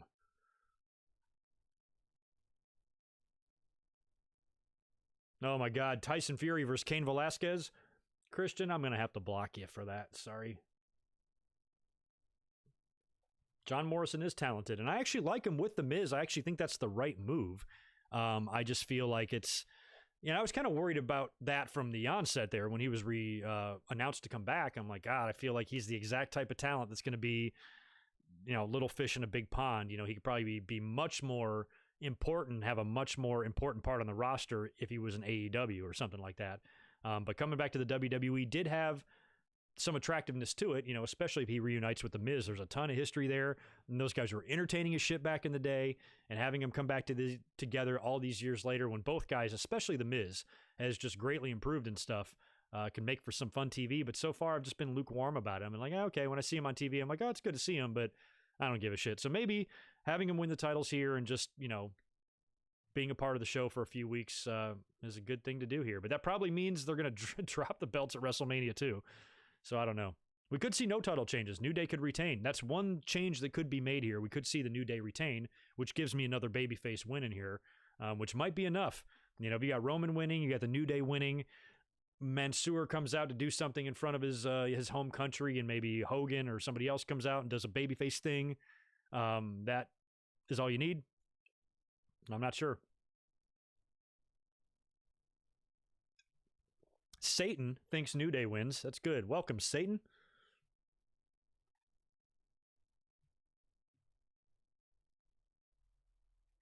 I think they kind of both sound realistic. I'm kind of with Satan there a little bit. I kind of think I might have that one wrong. If they are going to put the belts on Miz and Morrison, maybe that's something they do on SmackDown. Maybe that's something they do at WrestleMania. But the Usos are also kind of, I feel like they're building for another New Day and Usos match for the tag titles, which we've seen many of, which isn't necessarily bad. These guys have had some legendary battles, especially that Hell in the Cell from a couple years ago. But is it something we want to see again, at WrestleMania? I don't know what, I think Xavier's still got a ways to go on his recovery. So if you take the belts off of Kofi and Big E, I don't know, maybe they can do something else for a while Miz and Morrison run with it for a while. But, the Usos are a babyface team, right? They're babyfaces, so it feels like they'd be a natural fit to go on to face Miz and Morrison next. I don't know. I think it could go either way there. No, Ryan, I have not watched The Big Show on Stone Cold's network, but my girlfriend did, and she texted me and told me about it yesterday and says I need to watch it, and I do. Guess what else I haven't really watched is The Ruthless Aggression. We are 3 episodes deep in that now, and I haven't really taken a look at it. I only saw one clip, and apparently, I think it was Sean Ross Sapp from Fightful might have tweeted this. Somebody did. I read it today. One thing I did know about the first episode, and that's the clip that I saw on YouTube or on Twitter a couple of weeks ago, was they were kind of lying. They're blowing a little smoke in that first episode, especially about the WWF's name change over to WWE, kind of making it sound like it was their idea to rebrand the company when that's completely wrong and a false lie.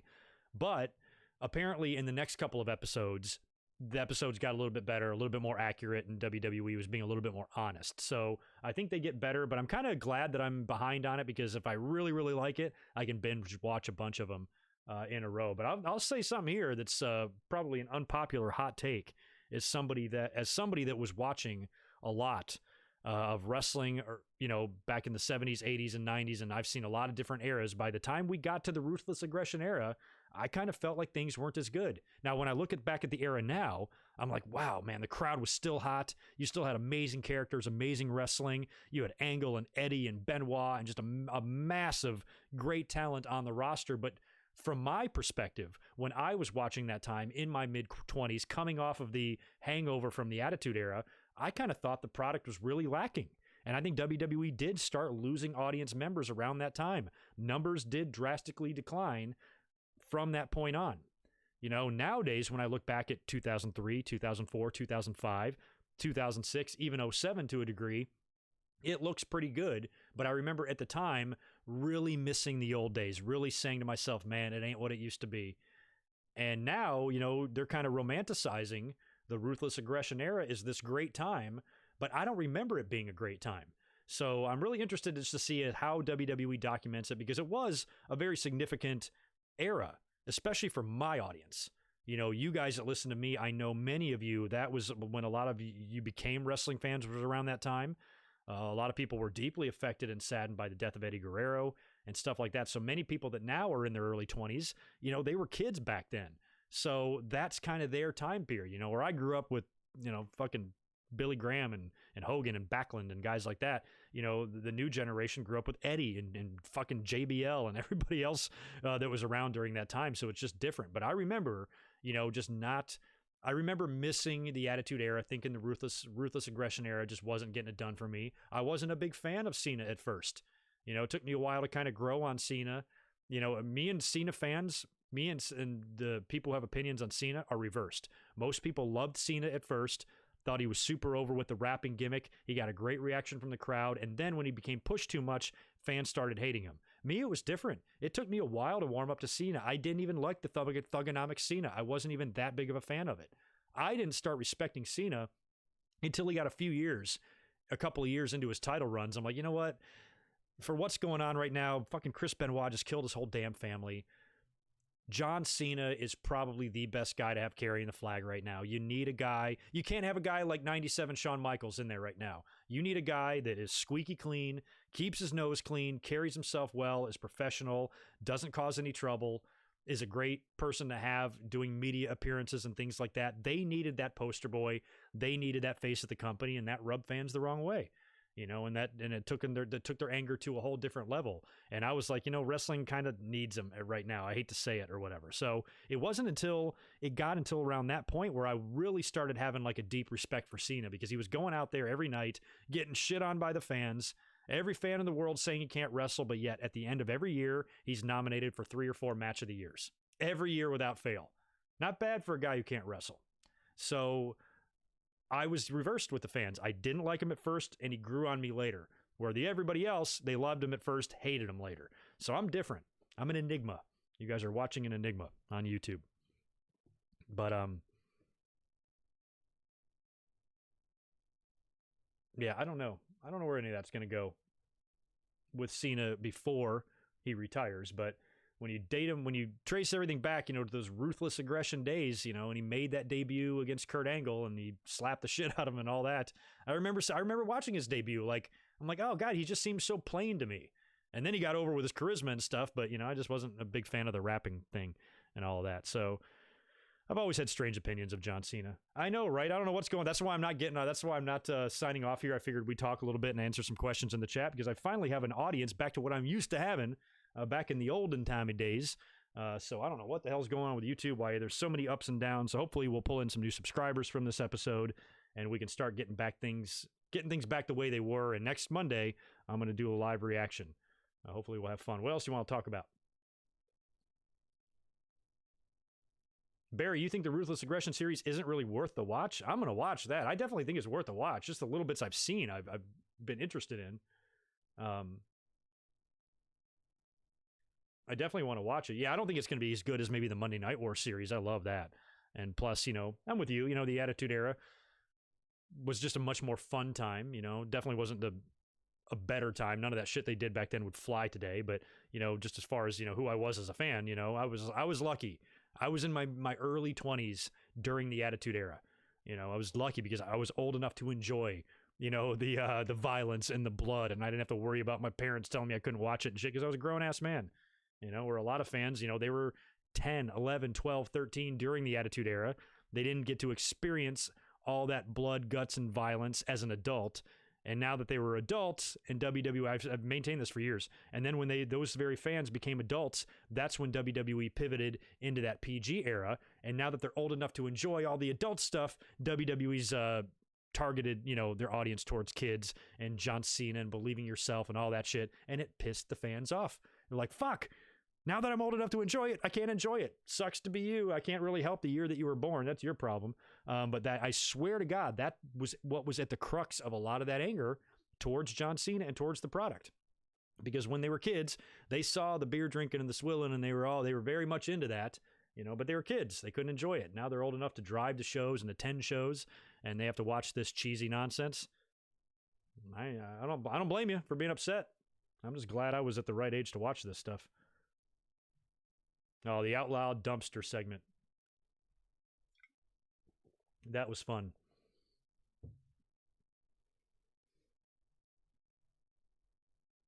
I don't know, rarely even.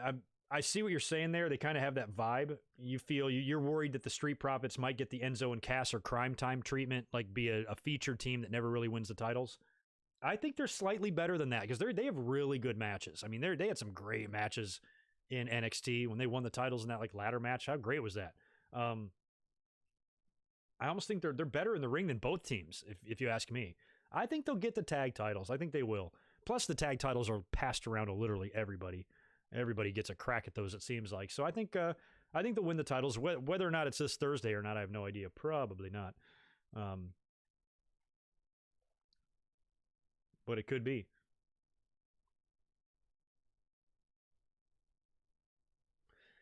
Yeah, I don't know how they're going to do the takeover because we're not even done yet with the WrestleMania build. Now, Ryan's asking, he said, since Rhea Ripley is defending the title at WrestleMania, the NXT title at WrestleMania, what do they do at takeover like the night before? I'm assuming the schedule, from what we understand, Thursday, Hall of Fame, Friday will be SmackDown, of course, and then takeover on Saturday, WrestleMania Sunday. So I don't think Rhea can really do double duty. She probably needs to work WrestleMania and WrestleMania only. So you need another featured women's match. Dakota Kai and Tegan Nox, you got a long way to go. I almost think their issue could be resolved by then, but maybe not. I mean, they could be the female version of Gargano and Ciampa, and it can certainly spill into WrestleMania weekend. So that might have to be the big match, or maybe you do something with Bianca Belair and give her a big moment at that takeover. I mean, no title's going to be on the line, but I feel like she's going to lose to Charlotte Flair. Unless they really want to protect Bianca on Wednesday. What do you guys think is going to happen there? You would think with Charlotte as the challenger, as the winner of the Royal Rumble, would win. And if you're one of those people that say Charlotte should lose to Bianca Belair, fine. Let me ask you this. Should Drew McIntyre lose before his WrestleMania match? No. So unfortunately, as much as I love Bianca, and not only do I want her to be NXT Women's Champion, I want her to be WWE Women's Champion. I want her to be Raw and SmackDown Women's Champion. I want her to be Universal Champion. I want her to be World Champion. And I want her to be President of the United States. But as much as I love her, I still think that if she's facing Charlotte, she does not beat Charlotte. The best she can hope for is some sort of schmoz or a DQ finish. Otherwise, Charlotte's probably got to get the victory here. But it might be cool just to see Rhea Ripley do a run-in and cause a DQ to where Bianca doesn't have to get beat. I'd be fine with that. But one thing that ain't happening is Charlotte lose. Ooh, actually, listen to me rethink my thoughts in my head. Forget what I said. Actually, maybe she should lose. She should lose with interference from Rhea Ripley. That would be a great feather in the cap of Bianca Belair, and it wouldn't do anything to damage Charlotte. So forget everything I just said. How did John Cena do that rewind thing that he used to do early on in his prototype days? Just forget about what I said. Maybe Charlotte loses. How great would that be? Rhea Ripley interferes. Bianca's not beating Charlotte clean. All you need is Rhea Ripley to come out to the stage, come out to the ramp, do a run-in, ref bump, something like that to distract Charlotte. Bianca rolls Charlotte up with a quick pin or something there, beats the Queen. Great feather and great rebound win for Bianca, who got beat pretty decisively by Rhea Ripley at the last pay-per-view. That puts a big feather in her cap. It pisses off Charlotte even more, adds fuel to the Rhea Ripley and Charlotte feud. And then Charlotte could still go on to win the NXT title. And now you've got Bianca Belair with a victory in the record books against the current NXT champion, Charlotte Flair. So that would actually help Bianca. So yeah, forget the fact that Charlotte absolutely has to win this. She doesn't. She can actually probably drop this with a little bit of interference. What I meant to say, she can't lose clean. She's not going to lose clean. She'll either be beating Bianca Belair or Bianca will beat her with a lot of help.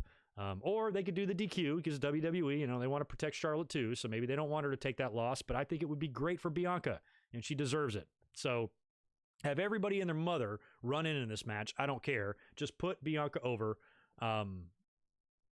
with a quick roll up and a distraction or something like that. I think that would be good. It's kind of like an everybody wins type of scenario. I got some super chats rolling in here. Let me knock these out. So I'm reading them in my peripherals here. Randall Yates, thank you for the $5, dude. Seeing 549 people. Yeah, what the fuck? There's 600 people in here now. I'm not complaining, but this just goes to show you how weird YouTube is. Last week we had like 80 people in here. I usually average 200 to 300, which is pretty good. But in the last few weeks, it's been like 100 people, 120 people, shit like that. Now we're all of a sudden up to 600. I don't know. Is it my thumbnail? Is it my sexy bald head? What is it? Why are you guys here? What do you want with me? As long as you're here, please subscribe.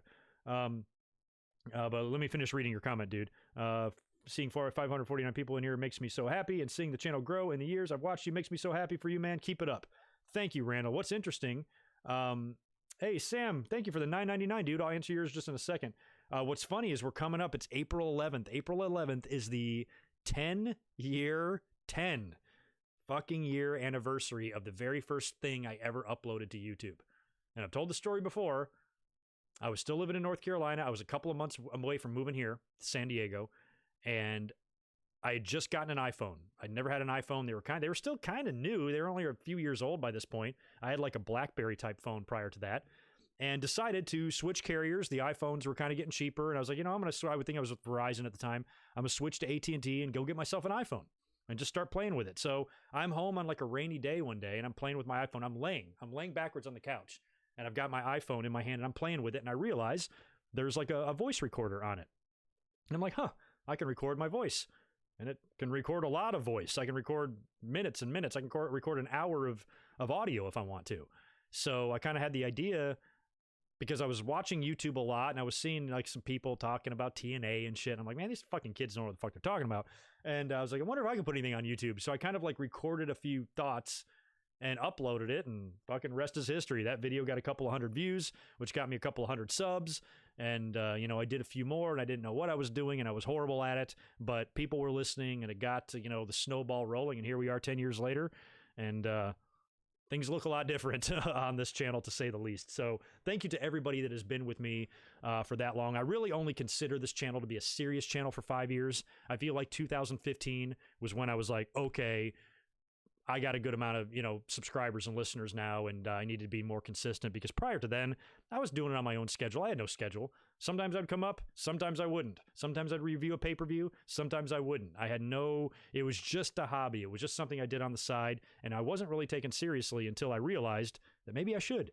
So since then, it's been a lot of fun. So I feel like it's really, truly only a 5-year long channel, because that's when I started the website and made my episodes available in podcast form, started caring a little bit more about my audio equipment and, how I produce the videos and trying to upgrade my stuff and give it a more sharper look. All that started, probably back in 2015, where I'm like, okay, no more Mr. Amateur, get your shit together to where you have an attractive looking product for people to view. So thank you for those of you who've been hanging out with me all these many years. Sam, good to see you in here, man. Piboon, thank you for the $9.99. Why do you talk too much and you care about people from East Coast want to go to sleep? So wait a minute, let me get this straight, Sam. You are paying me $10 to criticize me? Okay, you have that right. If you want to buy your criticism, they're $10 each. Send me $10 super chat and call me a shithead or whatever. You say I talk too much. Why the hell do you think I'm here, dude? Do you think people are watching this for me to sit here and stare? What do you want me to do? ASMR? Want me to smile at you? Want me to dance? You want me to strip? I only strip on Saturdays. Tune back in, Sam. Sam, I don't know what your problem is. I'm sorry I disappoint you so much. You don't have to watch, but thanks for the $9. Charlotte Flair will win. Yeah, I'm still on. I'm going to be getting off here soon there, Sam. But the audience is so high, I figured I'd just hang out for a little while and just answer more questions. So I appreciate everybody hanging out tonight and discussing this week's Monday Night Raw. How easy. I just mentioned you. I'm glad you're here because you probably weren't here earlier. Have you met Danny Davis? Dangerous Danny Davis? You've met him at conventions, right? We had a big discussion about Dangerous Danny Davis in the beginning of the show.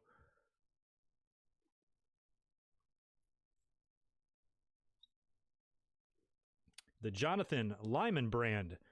You are at the level I'm trying to get at. Just did my first Raw reaction. Your first Raw reaction? Well, go over and now check out his channel. See what he's all about. Yeah, well, none of this shit starts overnight, dude. I've been doing this forever. Takes a while. There's a lot of just learning as you go and trial and error and things like that. It took me forever to kind of find my niche, in live streaming. And the one thing I will say about live streaming is just make your quality good.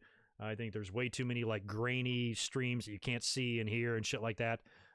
Try to make it to where somebody is not going to click off of it as soon as they see it. You know what I mean? That's what I look for. In other streams, I'm like, oh, that's a good looking stream. I can hear him and he's energetic and all that shit. I'm going to watch him for a little while and see what he's about. So yeah, go check out, where'd you go? Jonathan. And anybody else who has a YouTube channel, say, hey, I got a YouTube channel. Subscribe to me. Just say it in the chat. Oh yeah, so you weren't here earlier. Yeah, I knew you've met him. I swear too, Weezy, I think you've sent me a picture of you and him before. But yeah, we were talking about Dangerous Danny Davis now. He had a unique amount of crazy heat that he doesn't get enough credit for and not enough people talk about. And I was in the building that night at WrestleMania 3 when the Bulldogs and Tito just beat the fuck out of him and the crowd was literally orgasming as it was happening. Great times, man. Great times. I should dye my hair at 30,000 subs. And there's another thing. I should have been 30,000 subs like a year ago. Subs are just super crawling. So hopefully we got some more tonight. But that's it for my notes. I got nothing else to talk about unless you guys want to ask any more questions in the chat here. Otherwise, I'm going to get out of here and make some dinner and do some other things. We got a lot to prep for this week. Like I said, this coming Thursday, 3 p.m. Pacific, 6 p.m. on the East Coast, I'll be up here for a live Super Showdown results and review show, and we're also going to predict AEW Revolution. Next Saturday's podcast will also be affected by the pay-per-view. I'm going to be up here live tweeting during Revolution, and then I will do a review after the show goes off the air, which will also be combined with, my normal Winged Eagle podcast activities. So in addition to the Revolution results, we'll talk wrestling news, anything that might have happened the night before on SmackDown, and anything else that needs to be discussed this week. We got a big match with Charlotte and Rhea Ripley coming up, which we'll probably get into on Thursday. And we'll probably want to elaborate more on Super Showdown as well after we have more fallout from that when everybody gets back. And let's keep our fingers crossed that the talent can get back this time, because with a Super Showdown being on a Thursday, they got to get back in town for SmackDown on Friday. Let's hope that the hell that the talent and everybody had to go through at the last one, we don't get a repeat of that this time around. Yeah, Barry MK 400 has a YouTube channel as well. Rarely Even, I just recently found out that Montez Ford was married to Bianca Belair, because you guys know that I'm in love with her. So I recently went on Twitter to make sure I followed her, and I saw her like Valentine's pictures with Montez. They are a great looking couple. Makes perfect sense that they're together. I can actually see that. You know, they're in NXT together. Two extremely athletic people. Their sex is probably some Mortal Kombat shit, man, I'll tell you. Good stuff. Happy for both of them. Well, Caleb, I think that most of the names are kind of leaked by now, unless there's some change that we haven't heard about. The Bellas were officially announced last week. We know the NWO and Batista are also officially announced, but the others I don't think are official. And the others that have been rumored are British Bulldog, JBL, and Jushin Thunder Liger. And I think that's it. So if they're going to add anybody else, I don't know who it would be. I still am desperate to see Rick Martel. I just think Martel needs to go in. He does not get enough credit either. I loved Rick Martel. Brian Pillman, obviously, but maybe Pillman can't go in with the Bulldog, or maybe he could. And maybe WWE's kind of hanging back too. I might wait and see what Junior, winds up doing with his wrestling career, because he's improving. He's getting better, but still has a ton of work that he needs to do. So maybe they wait on him for him to improve, and he'll either do something like sign with AEW, who I think would love to have Brian Pillman's son in the company. I think he'd probably be a better place for him at first, just with like Jim Ross and Tony Schiavone and Arn Anderson, and a lot of people who worked with Brian are there. Probably more worked with Brian in AEW than maybe did in WWE, as far as some of the talent and the names and the people working there. So maybe he's got a few years before they call him in, and maybe they would like him to do the induction for Brian. So I would almost want Pillman Jr. to be as big of a star as possible, when he makes that happen. And I speculated on Saturday that I think maybe one of the reasons why they're bringing in the British Bulldog and finally putting him into the Hall of Fame is, do you think they might want to have a conversation with fucking Junior, before AEW can snag him? I know he's currently signed to MLW, I believe, but I'm sure that's, so was MJF and some other people. So I'm sure that's workable. And if they're doing Davey Boy Smith this year, I'm assuming Harry will be there to either accept on his father's behalf or induct his father, one or the other. And while he's there, why don't you come to Triple H's office, have a seat. Maybe we can talk about, bringing you back in, maybe doing something really featuring you heavily, because I love the fact that he's going by Davey Boy Smith Jr. I love that. So if they bring him into the WWE and they kind of give him the old outfit, maybe, do you really want to emulate your dad 100%? So maybe you don't do the whole deal, but bringing him back in as Davey Boy Smith Jr., I think might be a little fun. Natalia's there, and, he's got some connections. So that might be why, that might be a big part of why the Bulldog's going in now, is because they know they'll get a chance to talk to him, and see if maybe they can work with him again. Because he ain't getting any younger, he's been in the business a while now. So I don't know.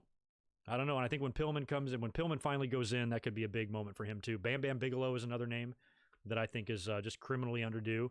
The dude was awesome for a big man. Vader is another one, but Bam Bam was just so just stupidly agile and athletic. I'm like, what's taking them so long on him? This guy main evented a WrestleMania, don't forget. Faced Lawrence Taylor in a really famous WWE match. I don't know where a lot of these guys are, but doesn't matter. They'll get in eventually. Anyway, I talked about that earlier, Stone Cold. Any chance we get Goldberg at Cena at WrestleMania? It's possible. It's just not a match. There's not many of those match combinations I want to see. I don't want to see Goldberg Cena. I don't want to see Roman Goldberg. I don't want to see Cena and The Fiend, although I could live with Cena and The Fiend if The Fiend beat him. That would actually be fine. But a lot of that just doesn't sound good. And I don't want to see Taker and Roman, Taker and anybody, really. I just don't want to see any of those combinations. I'm not liking it. No, I don't think the Owen Hart Hall of Fame ship has ever sailed. That's all going to come down to just when it's feasible or possible to do it. Still don't know the specifics on that, if it's really Martha, it's the last roadblock here or what, but, you know, it's a controversial one, so Owen kind of gets a pass. Some of the other guys, you have to wonder what's taking so long. Some of the tag teams too, you know, like the British Bulldogs, although Davey looks to be going in this year, Demolition, and some other names. So there's some names out there, but for the most part, everybody that needs to make it in is in there. You know, there's a couple of regrets. I don't think I'll ever forgive those assholes for not putting Randy Savage in there when he was alive. By the time they put him in there, it was so crazy too late. And they didn't put Vader in when he was alive either. Bam Bam is dead. And we've missed a couple, but there's a few that we got. You know, we got Hogan, we got Piper, we got Brett, we got Bruno, we got Dusty, we got Flair. We got a lot of big legends going in and having their moment when they're still alive. And now there's just a few missing pieces to the puzzle, because now that they did put Randy, because for a while we didn't have Randy or Bruno. And that's when the Hall of Fame to me really was not legitimate. I'm like, you are purposely ignoring them because of personal feelings and personal animosity. And that to me discredits your Hall of Fame. When you have two pillars, you know, WWE would not be the same without those guys, and they're not in the Hall of Fame. It's bullshit. So now that they're finally in, Bruno went in and Savage went in. Hell, they even patched shit up with the Warrior. You know, those are some pretty big names. So now it's to the point where the remaining names, while they're frustrating, don't get me wrong, you know, it's like, all right, you know, they'll get in when they get in. Whatever. What can you do? But anyway, as much as I hate to bail out on a night when I've got an enormous audience in here right now, we've been going for about 2 hours now. Go for a couple of minutes. We've gone 117 minutes. Let's go 120. We'll make it an even 2 hour long stream here, and then I will get out of here, and you guys will see me back on the channel on Thursday for the review. Too bad they can't do PCO versus The Undertaker. I don't know if I'd want to see that match either. I love PCO, but Taker, I don't know. He's doing some shit I just didn't think men his age were capable of doing. Props to him. He's had a long career too. Goes way back. I mean, shit, he was tag team champions in the WWE 27 years ago. That is just mind-blowing. The not the Mounties, what are they fucking called? The Quebecers. They were tag champ. I think they won the tag titles in 93. They might have won them in 94. No, it was 93. So yeah, 27 years ago. 26 years ago, he was wrestling at WrestleMania. And here he is still wrestling at like a high level, you know, on the indie level. Pretty crazy. And he's good.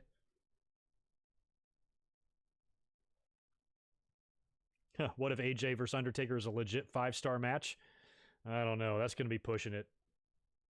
It's just going to be really hard for Taker to keep up. I mean, they can still you can still slowly tell a story, but it ain't going to be. Maybe if we didn't have the Shawn versus Taker matches to look back on. If 25 and 26 didn't happen, you know, maybe. But anything those two guys do are going to be compared to Shawn and Taker, and they were just younger back then.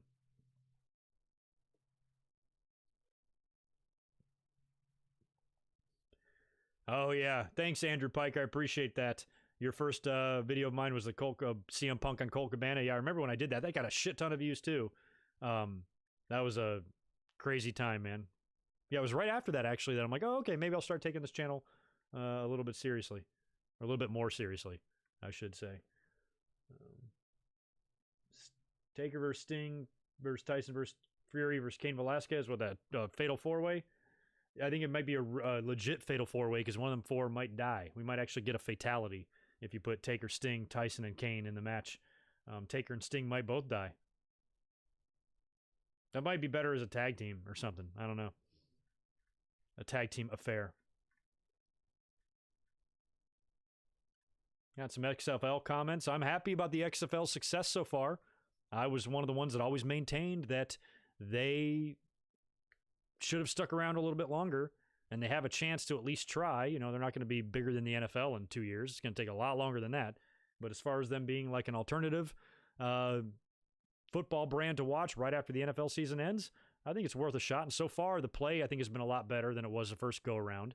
The players are pretty good, and the games have been exciting. We've had some nail-biters.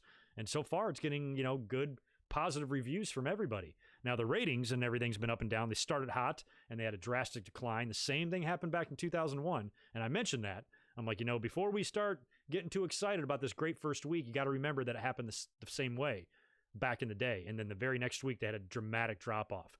So, the ratings are probably not going to be as high as they were the first week. But, if the games continue to be good, and it continues to be covered well, it's covered on the networks and everything like that. That was the problem, back then too, is I don't think the TV deals were lasting.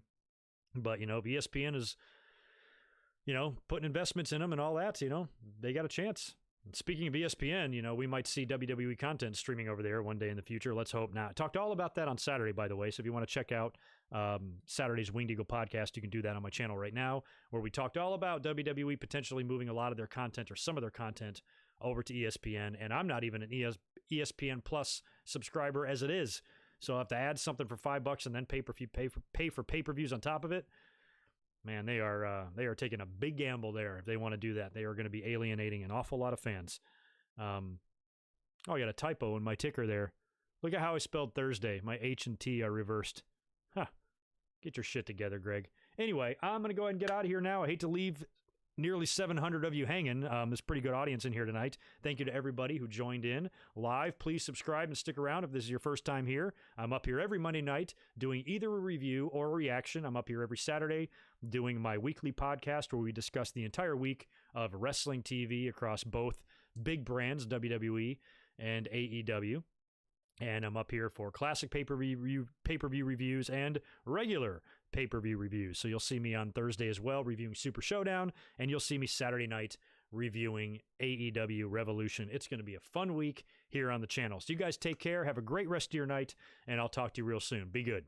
Peace.